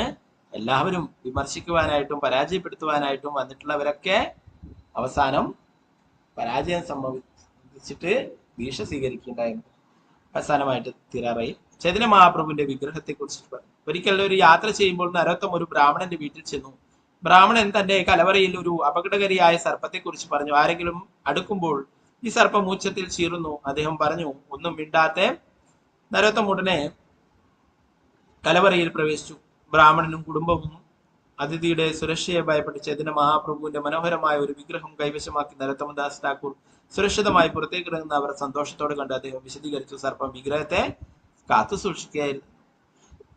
നിലവറയിൽ ചൈതന്യ മഹാപ്രഭുവിന്റെ മനോഹരമായിട്ടുള്ള വിഗ്രഹം ഉണ്ടായിരുന്നു. അതിനൊരു സർപ്പം കാവലായിട്ടുണ്ടായിരുന്നു. ശ്രീ നരോത്തമദാസ് ഠാക്കൂർ ശ്രീ ഗൗരംഗന്റെയും നിത്യാനന്ദന്റെയും മഹത്വം പാടുന്നതിൽ നിരന്തരം ഒഴുകിയിരുന്നു. ദിനം പ്രതി അനേകം നിരീശ്വരവാദികൾ, ആജ്ഞേയവാദികൾ, കുറ്റവാളികൾ, ശിവാരാധകർ, ദുർഗയുടെ അനുയായികൾ, യുക്തിവാദികൾ, ഊഹാപോഹികൾ, കർമ്മികൾ എന്നിവർ പാദകമലങ്ങളുടെ സ്പർശനം കൊണ്ട് ശുദ്ധീകരിക്കപ്പെട്ടു. നരോത്തമദാസ് ഠാക്കൂറുടെ അനുഗ്രഹം വാങ്ങി രാമചന്ദ്ര കവിരാജൻ ശ്രീ വൃന്ദാവൻ ധാമത്തിലേക്ക് പോയി. അവിടെ ഏതാനും മാസങ്ങൾക്ക് ശേഷം അദ്ദേഹം ശ്രീ രാധാഗോവിന്ദന്റെ നിത്യലീലയിൽ പ്രവേശിച്ചു. വളരെ അസഹനീയമായ ഈ വാർത്ത ശ്രീനിവാസാചാര്യർ കേട്ടപ്പോൾ തന്റെ പ്രിയപ്പെട്ട ശിഷ്യന്റെ വേർപാട് സഹിക്കാനാകത്തെ അദ്ദേഹം ഭൂമിയിൽ നിന്നും തിരോഭവിച്ച് രാധാഗോവിന്ദന്റെ നിത്യലീലയിൽ പ്രവേശിച്ചു. ഈ ഭയാനകമായ വാർത്തകൾ കേട്ടപ്പോൾ ശ്രീ നരോത്തമദാസ് വേർപാടിന്റെ ദുഃഖത്തിൽ മുങ്ങി. ആ പ്രാണസങ്കടത്തിൽ അദ്ദേഹം ജയ അനിലോ പ്രേമാധന എന്ന ഗാനം എഴുതി. വേർപിരിയലിന്റെ ദുഃഖം സഹിക്കാൻ കഴിയാതെ ശ്രീ നരോത്തമദാസ് ഠാക്കൂർ ഗംഭിലയ എന്ന ഗ്രാമത്തിലെ ഗംഗയുടെ തീരത്ത് പോയി മഹാപ്രഭുവിന്റെ ക്ഷേത്രത്തിൽ പ്രവേശിച്ചു. ഭക്തരോട് കീർത്തനം നടത്താൻ നരോത്തം ഉത്തരവിട്ടു. ഭക്തർ സങ്കീർത്തനം തുടങ്ങി. സങ്കീർത്തനത്തിന് ശേഷം നരോത്തം ഠാക്കൂർ നദിയുടെ അഴുകിലേക്ക് പോയി കണ്ണീരോടെ ഗംഗയുടെ ദർശനം നടത്തി വീണ്ടും വീണ്ടും പ്രണാമം അർപ്പിച്ച് അദ്ദേഹം ഗംഗാജലത്തിൽ പ്രവേശിച്ചു. വെള്ളത്തിൽ അല്പദൂരം നടന്നതിനു ശേഷം എല്ലാ ഭക്തരും സങ്കീർത്തനത്തിലെ വിശുദ്ധ നാമത്തിന്റെ ഉച്ചത്തിലുള്ള ജപത്തോടെ 4 ദിക്കുകളും നിറയ്ക്കണമെന്ന് അദ്ദേഹം അഭ്യർത്ഥിച്ചു. ആ സമയത്ത് ശ്രീരാമകൃഷ്ണാചാര്യരും ശ്രീ ഗംഗാനാരായണ ചക്രവർത്തിയും 2 വ്യത്യസ്ത സ്ഥലങ്ങളിൽ നിന്നും കീർത്തനങ്ങൾ ആരംഭിച്ചു. ഇതിന്റെ എല്ലാം ഇടയിൽ അദ്ദേഹം അവരോട് 2 പേരോടും പറഞ്ഞു, ഗംഗാജലം എന്റെ ശിരസിൽ ഒഴിക്കുക. എല്ലാവരും സങ്കീർത്തനത്തിന്റെ തിരമാലകൾ ആറാടി. കീർത്തനം മുന്നോട്ട് പോകുമ്പോൾ അവർ നരോത്തമദാസ് ഠാക്കൂറിന്റെ ദേഹത്തേക്ക് ഗംഗാജലം ഒഴിക്കാൻ തയ്യാറായി. ആ നിമിഷം നാമസങ്കീർത്തനത്തിൽ ലയിച്ച ശ്രീ നരോത്തമദാസ് ഠാക്കൂർ ക്രമേണ വെള്ള നിറത്തിലുള്ള ക്ഷീരപദാർത്ഥമായി മാറി. ഈ രീതിയിൽ അദ്ദേഹത്തിന്റെ ശരീരം മുഴുവൻ ക്രമേണ നദിയിലെ വെള്ളത്തിൽ ലയിച്ച് ഇല്ലാതെ ഗംഗാനാരായണൻ ഈ പാല് പോലെയുള്ള ദ്രവ്യം ഒരു പാത്രത്തിൽ നിറച്ച് തന്റെ വീടിനടുത്തുള്ള ഒരു പുണ്യസ്ഥലത്തേക്ക് കൊണ്ടുപോയി അവിടെ അദ്ദേഹം പ്രിയപ്പെട്ട ഗുരുവിന് മനോഹരമായ ഒരു സമാധി നിർമ്മിച്ചു. അദ്ദേഹത്തിന്റെ തിരോധാന ദിനം കാർത്തിക മാസത്തിലെ കൃഷ്ണപഞ്ചമി ദിനത്തിലാണ് ആഘോഷിക്കുന്നത്. വളരെ പ്രശസ്തമായ നിരവധി വൈഷ്ണവ ഗാനങ്ങൾ നരോത്തമദാസ് ഠാക്കൂറിന് എഴുതി. അതിലൊന്ന് ശ്രീ ഗുരു ചരണപത്മ എന്ന് ആരംഭിക്കുന്നു. അതിൽ അദ്ദേഹം തന്റെ ഗുരുവായ ലോകനാഥ് ഗോസ്വാമിയെ പ്രകീർത്തിക്കുന്നു.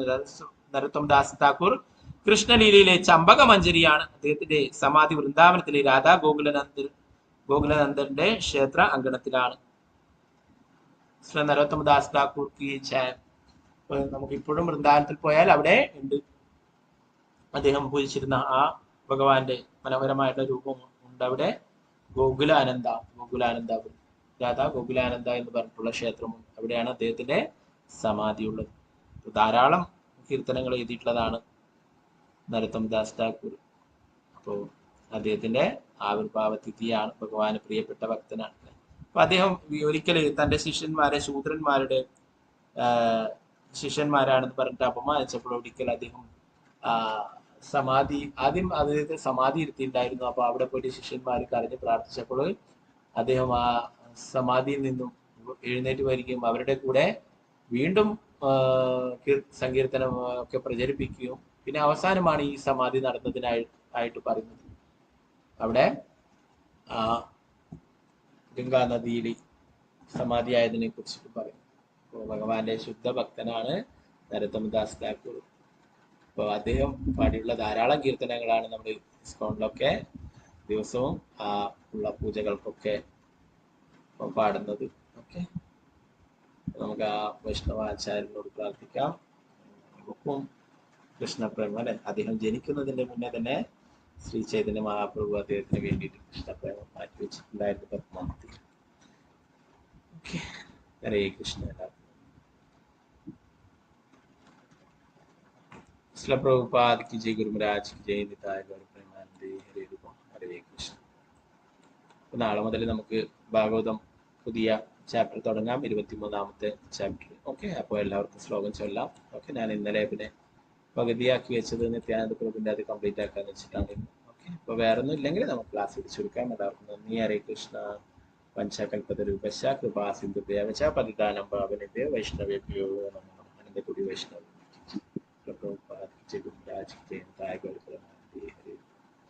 ഹരേ കൃഷ്ണ. അതിനത് ശ്രീകൃഷ്ണ ചൈതന്യ പ്രഭു ദയാകരമോരോ അതൊക്കെ നരോത്തമദാസ് ഠാക്കൂർ എഴുതിയിട്ടുള്ളത്. അതിൽ നരോത്തമദാസ് ഠാക്കൂർ ഞാൻ ഏറ്റവും പതീതനാണ്, എന്നെക്കാളും പതീതനായിട്ട് വേറെ ആരും തന്നെ ഇല്ല, അതുകൊണ്ട് എന്നോട് ആദ്യം കാരുണ്യം കാണിക്കൂ എന്ന് പറയും. അപ്പൊ നേരത്തെ കൃഷ്ണദാസ് കവിരാജ് ഗോസ്വാമി പറഞ്ഞ പോലെ തന്നെ ഏറ്റവും പതീതനാണ് ഞാൻ, ഏറ്റവും പതീതരായുള്ളവരോടാണ് ഭഗവാൻ കാരുണ്യം കാണിക്കുക, ഗുരു കാരുണ്യം കാണിക്കുക. ഓക്കെ, അപ്പൊ വേറെ ഒന്നും ഇല്ലെങ്കിൽ നമുക്ക് ക്ലാസ് പിടിച്ചെടുക്കാം. എല്ലാവർക്കും നന്ദി. ഹരേ കൃഷ്ണ. ഹരേ കൃഷ്ണ പ്രഭുജി. ഹരേ കൃഷ്ണ പ്രഭുജി. ഹരേ കൃഷ്ണ.